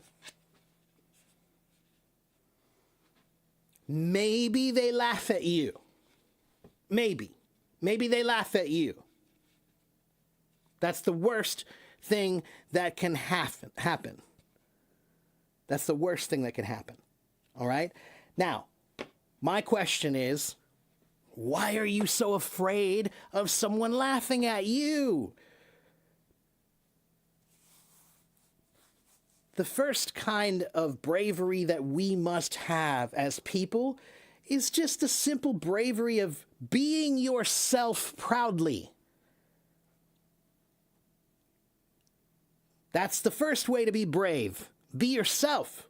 And being yourself means I'm learning Chinese, so when I speak Chinese, maybe I make a mistake. So what? And if somebody laughs at me, do I care about them laughing at me? No, I do not, because I care more about my learning. Okay? So, you need to ask yourself, do you care more about other people laughing at you, or do you care more about learning? Make a choice. All right? Now, someone said something about shyness. Because lazy is a choice, shyness is a gift. I disagree. I think shyness is mostly a choice. Okay, now, there are some people who feel like like, no, this is just the way I am, only because it's gone for so long. You've let it go too long. You were like that when you were in first grade. You were like that in second grade. You were like that in third grade. And no one ever told you, hey, we should work on that. No one ever gave you any tools. No one ever gave you any skills. No one even told you you should. Okay? So just because you've been doing it that way for a long time does not mean that that is just how you are.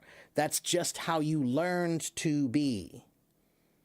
That's just how you learned to be. Shyness is usually lack of confidence and lack of experience. If you don't have confidence and you don't have experience, then you won't have, or that you will be shy, right? That's the way that works.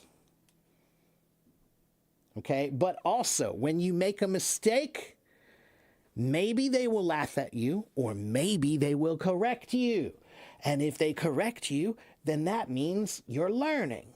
So that's a good thing. So I tell people, if you are not making mistakes, then you are not making progress. If you are trying to avoid mistakes, then you are trying to avoid progress. Okay?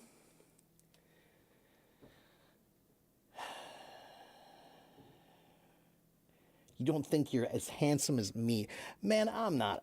I climbed up the ugly tree and fell down 3 times.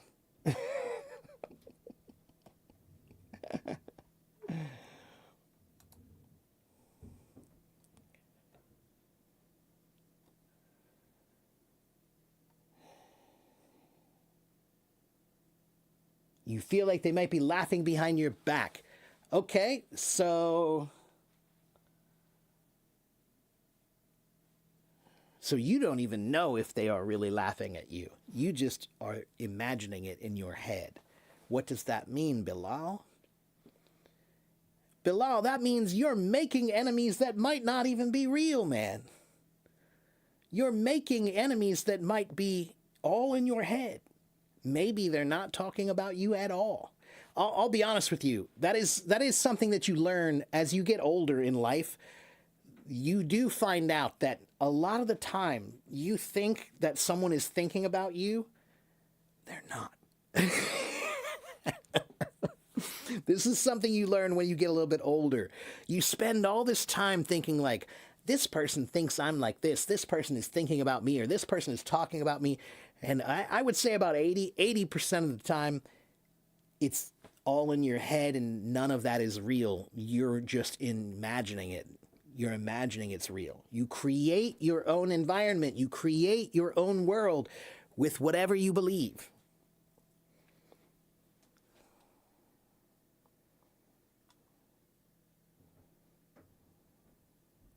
I used to hate my facial expressions while talking and laughing. Then I saw there are lots of people just like me, just the way I am. So I started to love myself more. Yeah, good for you, Mahdi. That reminds me, Mahdi, about there was a drummer, or there is a drummer. His name is Rod Morgenstein. He used to play with the band Winger in the 1980s. And before that, he played with the band Steve Morris Band and the Dixie Dregs. Fantastic drummer, amazing drummer. I've met him a few times, and really incredible drummer. And I remember when he was first famous, he made a drum video, and it was an amazing drum video. His playing was incredible, but everyone in the whole industry kind of laughed because when he was playing, he would make what we call drummer face. Right? So he's playing and you're doing all this very complicated stuff. So when you do all these complicated coordinations with your body, sometimes your face goes like, like you make funny faces, right? And lots of people were laughing at him because of his faces, but it was still brilliant. Still brilliant. Okay? Now, what did he do? He decided, okay, well, they actually have a point. They have a point. Maybe I do need to relax a little bit more, and so I'm not making so many faces, So then he actually practiced how to play without making faces. And then the next video he didn't make any of those faces anymore. He learned how to not do it. And I thought that was brilliant because he was an amazing drummer. He was an incredible drummer. He could have just told them all, I don't care what you think, and that would have been okay. But he was even more humble. He said, okay, maybe they have a point. Maybe I could learn how to not make so many faces when I play. That's humbling. So he did. You know?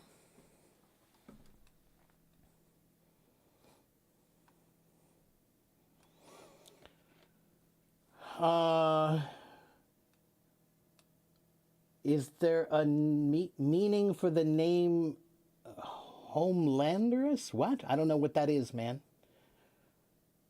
I don't know where you saw that. What do I think about self-help books? Is it good for our well-being and do...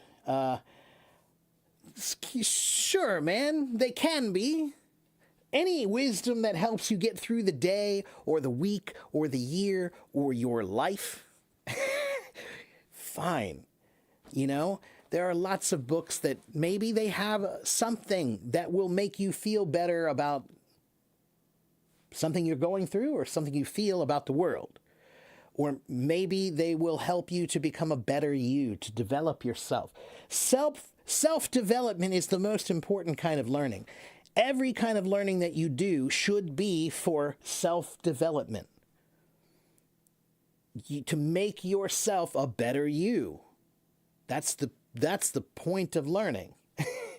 All right? So self-help books can be good, but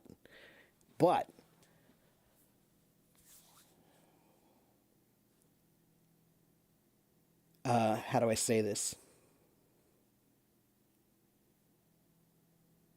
Let me think of my words.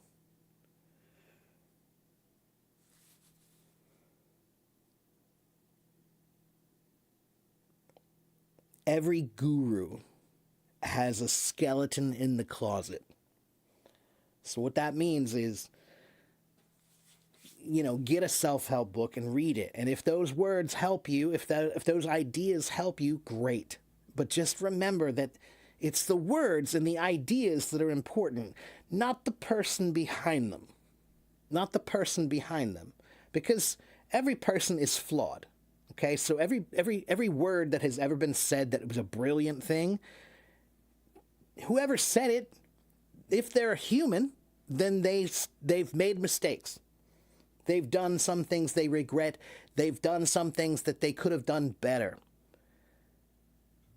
Nearly no one is born 100% perfect, right? We make mistakes, right? The important thing is, did you learn from them? Did you grow? Did you grow? That's the important thing. All right? So sure, self-help books can be great, but just focus on the words, focus on the ideas. Don't focus on like, oh, this guy is the greatest genius ever, so every word he says must be right. Not so much. Okay?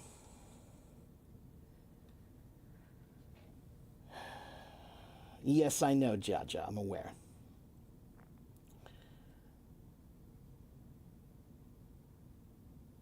At first you joined this teacher streaming, you thought, this guy's crazy and so full of sarcasm. Well, that's true. I am crazy and full of sarcasm.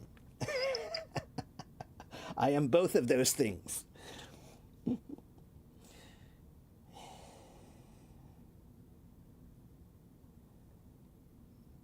That's right, Bilal. I look like a teacher. Well, that's a good thing because I am a teacher.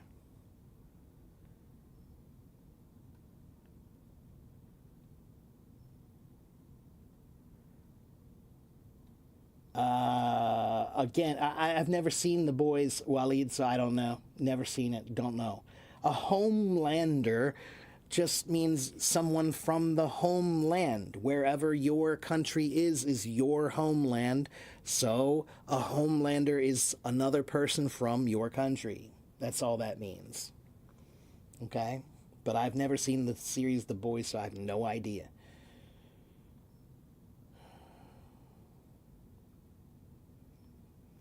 I'm working on my shyness. I was raised to be shy, so I wouldn't be too bold or forward. Okay, but see, that's also another mistake many people make. They think that shyness if you're not shy, then that must mean you're arrogant and too bold? No. No one's asking you to be too bold, and no one's asking you to be arrogant. Shyness is just a sense that I'm not good enough to want to participate. Maybe I should just shut up. I'm not good enough in some way. I don't feel like I should say anything because I'm not as good as the rest of them somehow. That's the feeling of shyness. I know because I've been shy too. All right? But I'm not saying to be arrogant. I'm saying you need to believe in yourself enough that you are not your own enemy. And if you have a feeling like shyness, shyness can be your own enemy. You know, procrastination, that's your own enemy. Laziness, that's your own enemy. You are your own enemy when you are lazy. You are your own enemy when you are shy. You are your own enemy when you procrastinate. You are your own enemy. Okay? Yes, every guru has a skeleton in the closet. That's correct. Thank you, Loleta.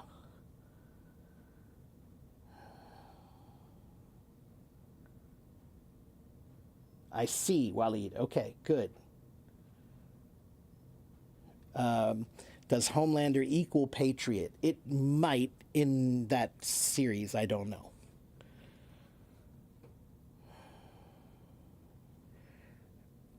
Let's see here.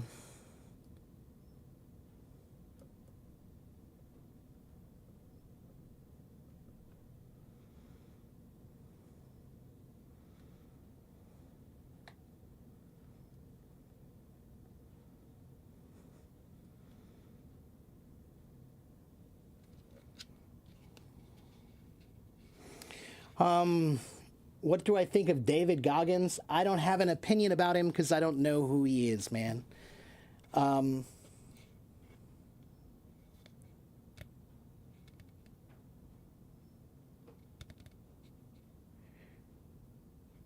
Let me tell you this, Tyrion. Whenever anyone tells you that things are simple, you should be skeptical. Because there are two kinds of people who say, this is simple. Okay, I'm going to explain to you the two kinds of people.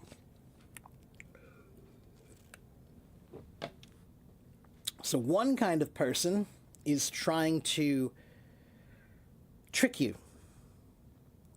There is a subject that you're talking about, and this is a very complicated subject. It's very difficult with a lot of things to think about. That's hard. That's called cognitive load. The harder something is, the more complicated something is, the more difficult it is to think about. That's called cognitive, your brain, your thinking, load, weight, cognitive load. People love to trick you because they know that most things in life are not simple. Most things in life are actually quite complicated if you look at it completely. But it's hard to think about everything in life is complicated. That's really hard. It's much easier to think, oh, it's just simple. It's just this. So people will trick you.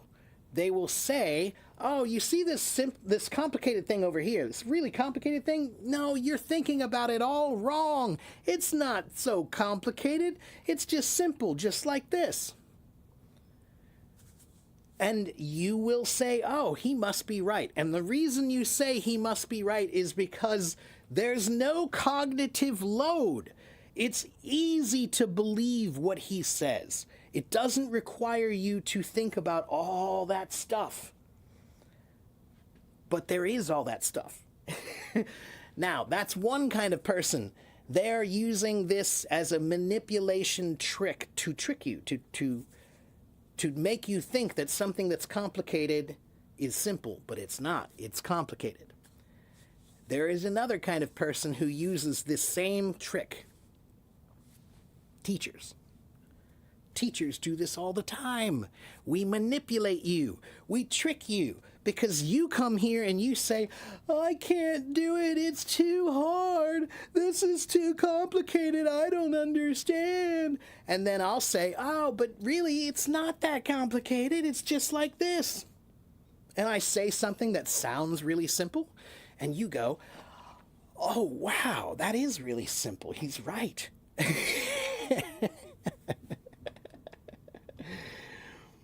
Okay? So, when anyone tells you something is simple, you should be skeptical. Be skeptical. All right?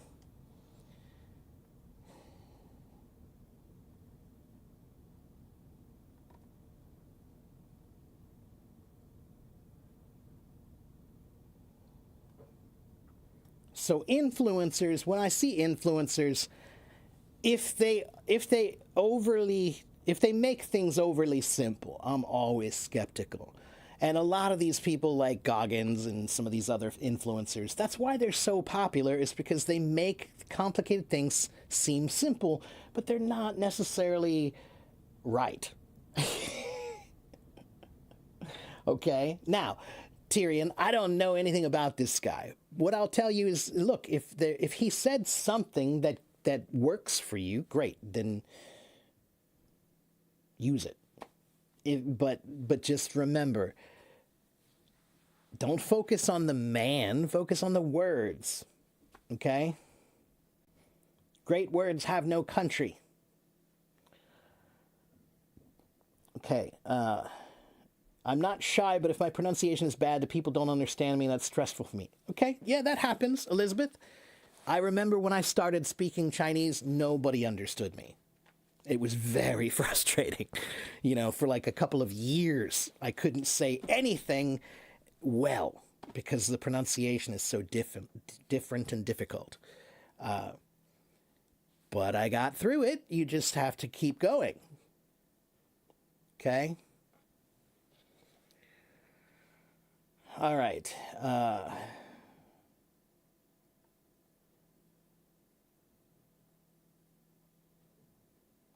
So the point is that when I see any influencer online, I don't follow people.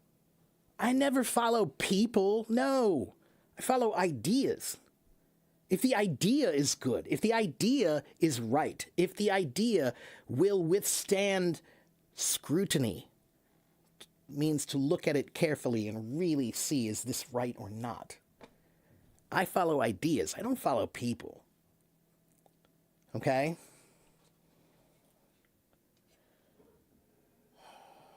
Is shyness a symptom of low self-esteem? Often, yes. Often.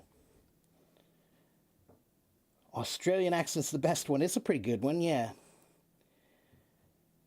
As a beginner, where should you start learning Chinese? I would say you should start with learning how to say the numbers 1 through 10 with the right tones.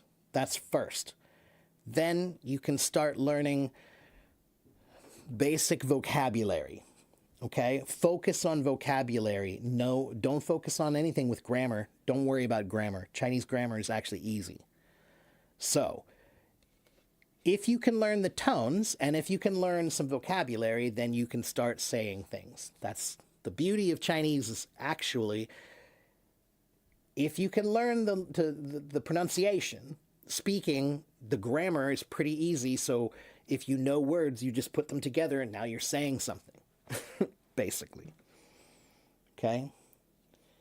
I'm drinking coffee. Shyness was taught or manufactured by the people around you when you're growing up. Is it true or no? Sometimes, well, I would say 90%, in my opinion, is learned. It's nurture, not nature. Nature means you're born with it. Most of shyness, in my opinion, most of it, not all of it, but most of it is a learned experience. Okay, and that's just my experience as a teacher, seeing many students. I have seen students that were shy that didn't end up that way. So something changed. Okay?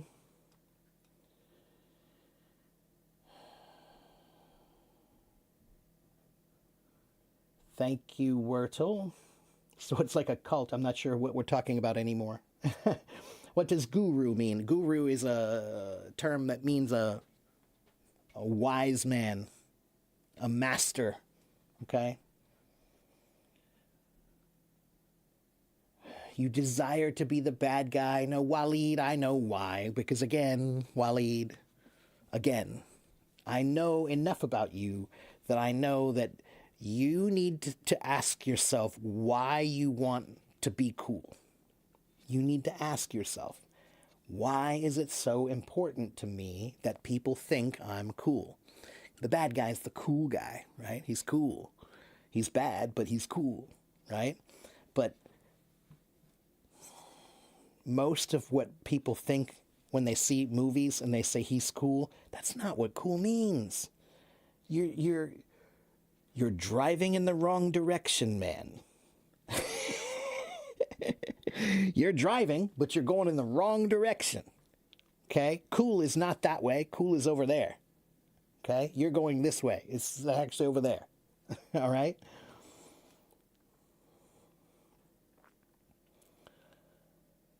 All right. There is no better accent, Bilal. Accents are like music. Some people like rock, some people like jazz. They're both fine. Whichever one you like, that's the one you should do. There is no better. All right?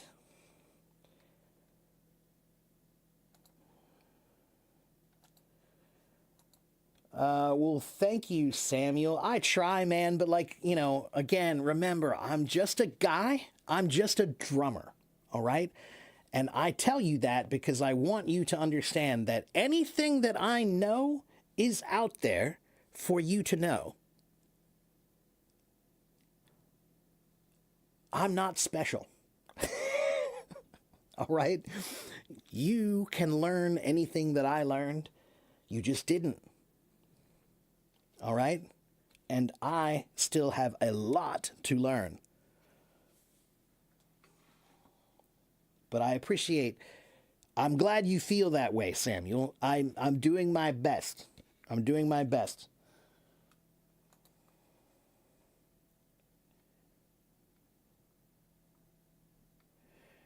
Yeah, don't pay attention so much about the who.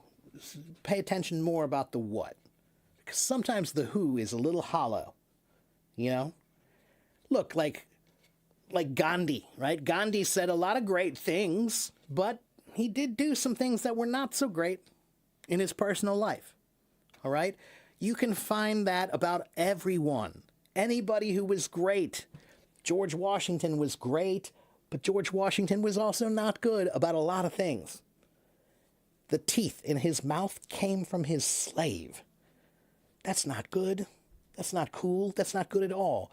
Now, does that mean that we should forget about everything that George Washington ever said? No. It means you should pay attention to the words and remember that we are humans, and humans are all filled with problems, and we have all made mistakes.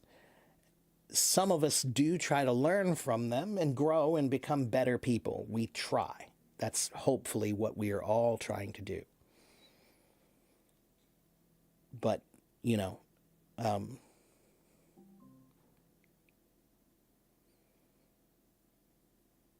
I'm only giving you what I believe. That's it. And I don't say it's the best, and I don't say it's the only, and I don't say I'm number one. All right? I just have some ideas, and if you like them, great. If you don't, that's fine too. Okay? What's the difference between learning and studying? Studying is the process, it's more of the action. Okay? Like, how do you study is like, there are many ways to study things, right? But learning is the grand action of trying to gain knowledge is the big definition of learning. To study is the act of trying to learn something in some way. So studying requires a technique. Learning can require a technique, but I think learning is more of a it's a bigger term. It's a bigger term. How long does it take for regular people with an average IQ spending 2 hours a day, 6 days a week to learn basic conversation in Chinese? Okay, well, IQ has nothing to do with it. Don't worry about your IQ. I'm no genius. And it's not about how much time, Tyrion.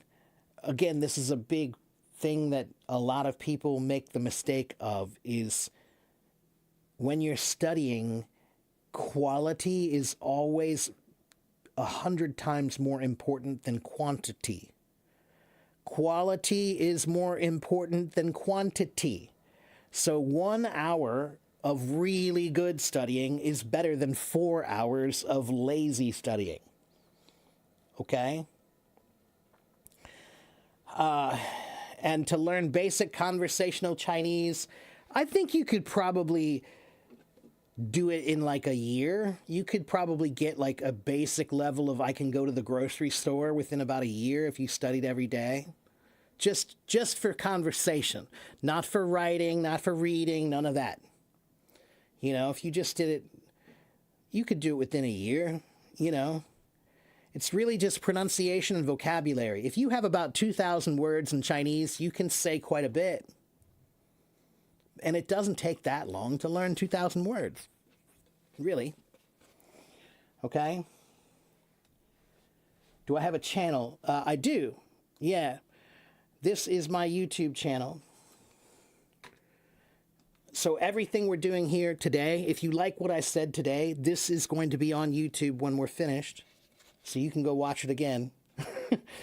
All right? Most of the time, sometimes people say, you said something today, and it was really great. Can you repeat that? And sometimes, I have no idea what I said. I don't know. It just came out. I don't know what it was. I'll have to go back and look. So you could go back and look at the video and see what I said. I don't know what I said. So there's my YouTube channel. I also have, that's my website. And I also have a blog, okay? And my blog is where I write my answers that are like my best answers, all right? So sometimes when you ask me a question here, I give you an answer, but it's kind of the short answer, all right? But the long answer, you know, I'll try to write that out and really give you every piece that you need to know. So you should go read those. And some of those are not about English. They're just about other concepts that I think are important for you to think about. Okay, so if you like, I'm a concept guy. All right, I have always been a big concept guy. So sometimes I'm teaching about English stuff, but sometimes I'm teaching about concepts. And I'm a big concept guy. So yeah, a lot of my articles are about concepts. All right? Okay, next question. Thank you very much, guys. Thank you so much for all the nice compliments. You guys are so nice. You're learning a few languages now, trying to enrich languages. Any advice on what's the best method to learn more than one language at a time? I would say, Magdalena, I've never done that, so I can't really tell you. But what I would say is learning is a process of familiarity, to become familiar with something. So you need to spend time with it to become familiar with it. So that means that you need to start thinking about your time. So maybe on Monday you think in English. Every day you have to change the language that you think in. So on Monday and Wednesday and Friday you think in English. On Tuesday and Thursday you think in, where are you from? Is that from Indonesia? Indonesian. And then maybe on Saturday and Sunday you think in French if you're learning French, right? But you have to try to keep them alive by spending some time with them. All right? But I will say that people ask me this question a lot. Can I learn more than one language at the same time? Sure, you can. You know, that's like asking me, can I walk through the desert with a really, really heavy backpack on my back? Can you walk through the desert with the heavy backpack? Sure, you can. Is it a good idea? Maybe not. Is it possible that it will be too hard? Maybe. Okay? So, of course, you can do it. It's possible. Doesn't mean that it will happen. Which resources are most widely available on the internet for learning this accent? I don't know. Just my website. Go to my website. Sign up. It's free. And on my website, you can click on resources in the top corner. Look up for resources. Click on that. Then you'll see reading, writing, listening, speaking, not thinking. IELTS, TOEFL, grammar, vocabulary, and pronunciation. I have a whole lot on my website for you to study English for free. Go there. Use it. Okay? My YouTube is right here. Once again. All right, and guys, guess what? It has been 2 hours and 34 minutes. And hello, Miguel, over there in my YouTube. Guys, if you are new, I'm not new. I have been on Hello Talk for more than 12 years, and I have been live streaming here for more than 5 or 6 years, and I have about 88,000 followers here. Okay? Why do I have 88,000 followers? It is not because I'm cute. It's because I teach. So they come here and they watch and they listen and they learn. So you can come here and you can watch and you can listen and you can learn. And you should ask me questions. But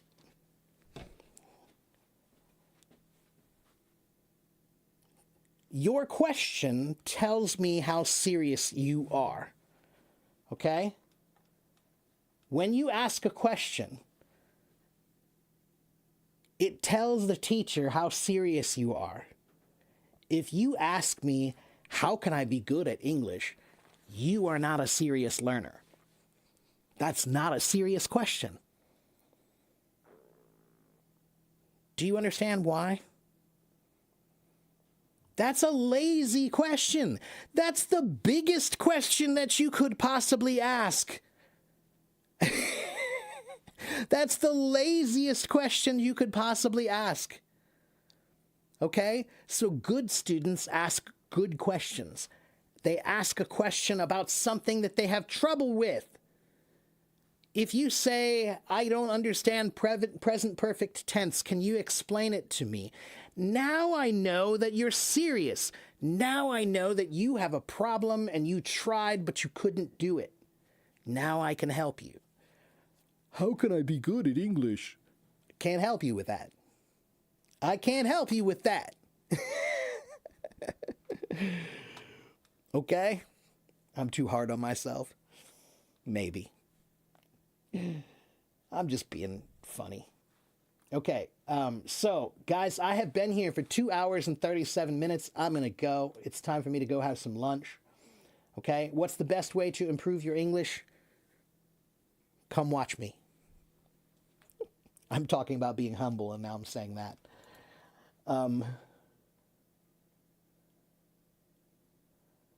Okay, can I explain about employment, employer, employee? Very quickly, sure. Employment means the job. Okay, employer means the boss. Employee means the worker. Okay, employment, that's the job. Okay, so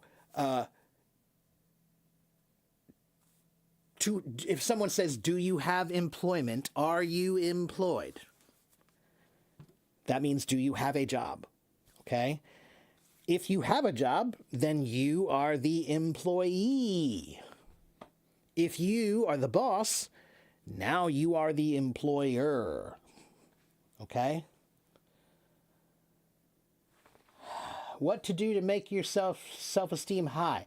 Mahdi, self-esteem is all about confidence. So how do you get confidence? You have to go do something. Okay, Mahdi? So I always try to imagine like someone fixing a car, right?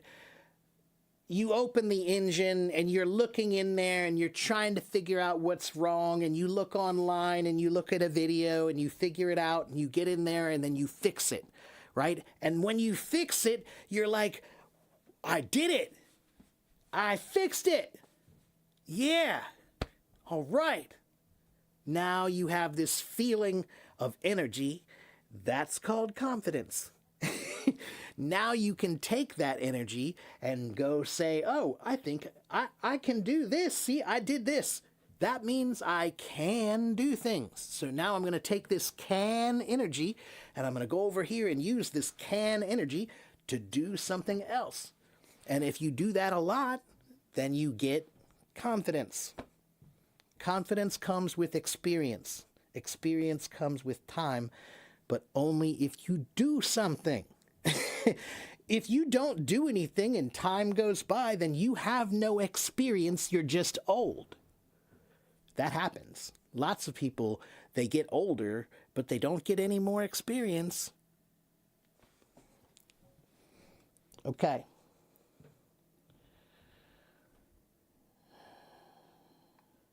Okay, again, I must go because I'm tired and hungry. I'm better at teaching while standing. See, I told you, like when you're standing, you can have more energy, you can be more exciting. When you're sitting down, you're just like this the whole time, you know? So I hate sitting when I teach. I love to stand most of the time. Okay? Okay, I really have to go. But thank you guys for watching. Thank you for participating. Come back and see me again tomorrow. I'll be back. All right? I might practice drums in a little bit. I think I'm going to have some lunch, and then I'm going to maybe play some drums for fun, play some music. So if you like music, you can come back and watch me do that too. All right? Okay, guys, I will see you guys next time.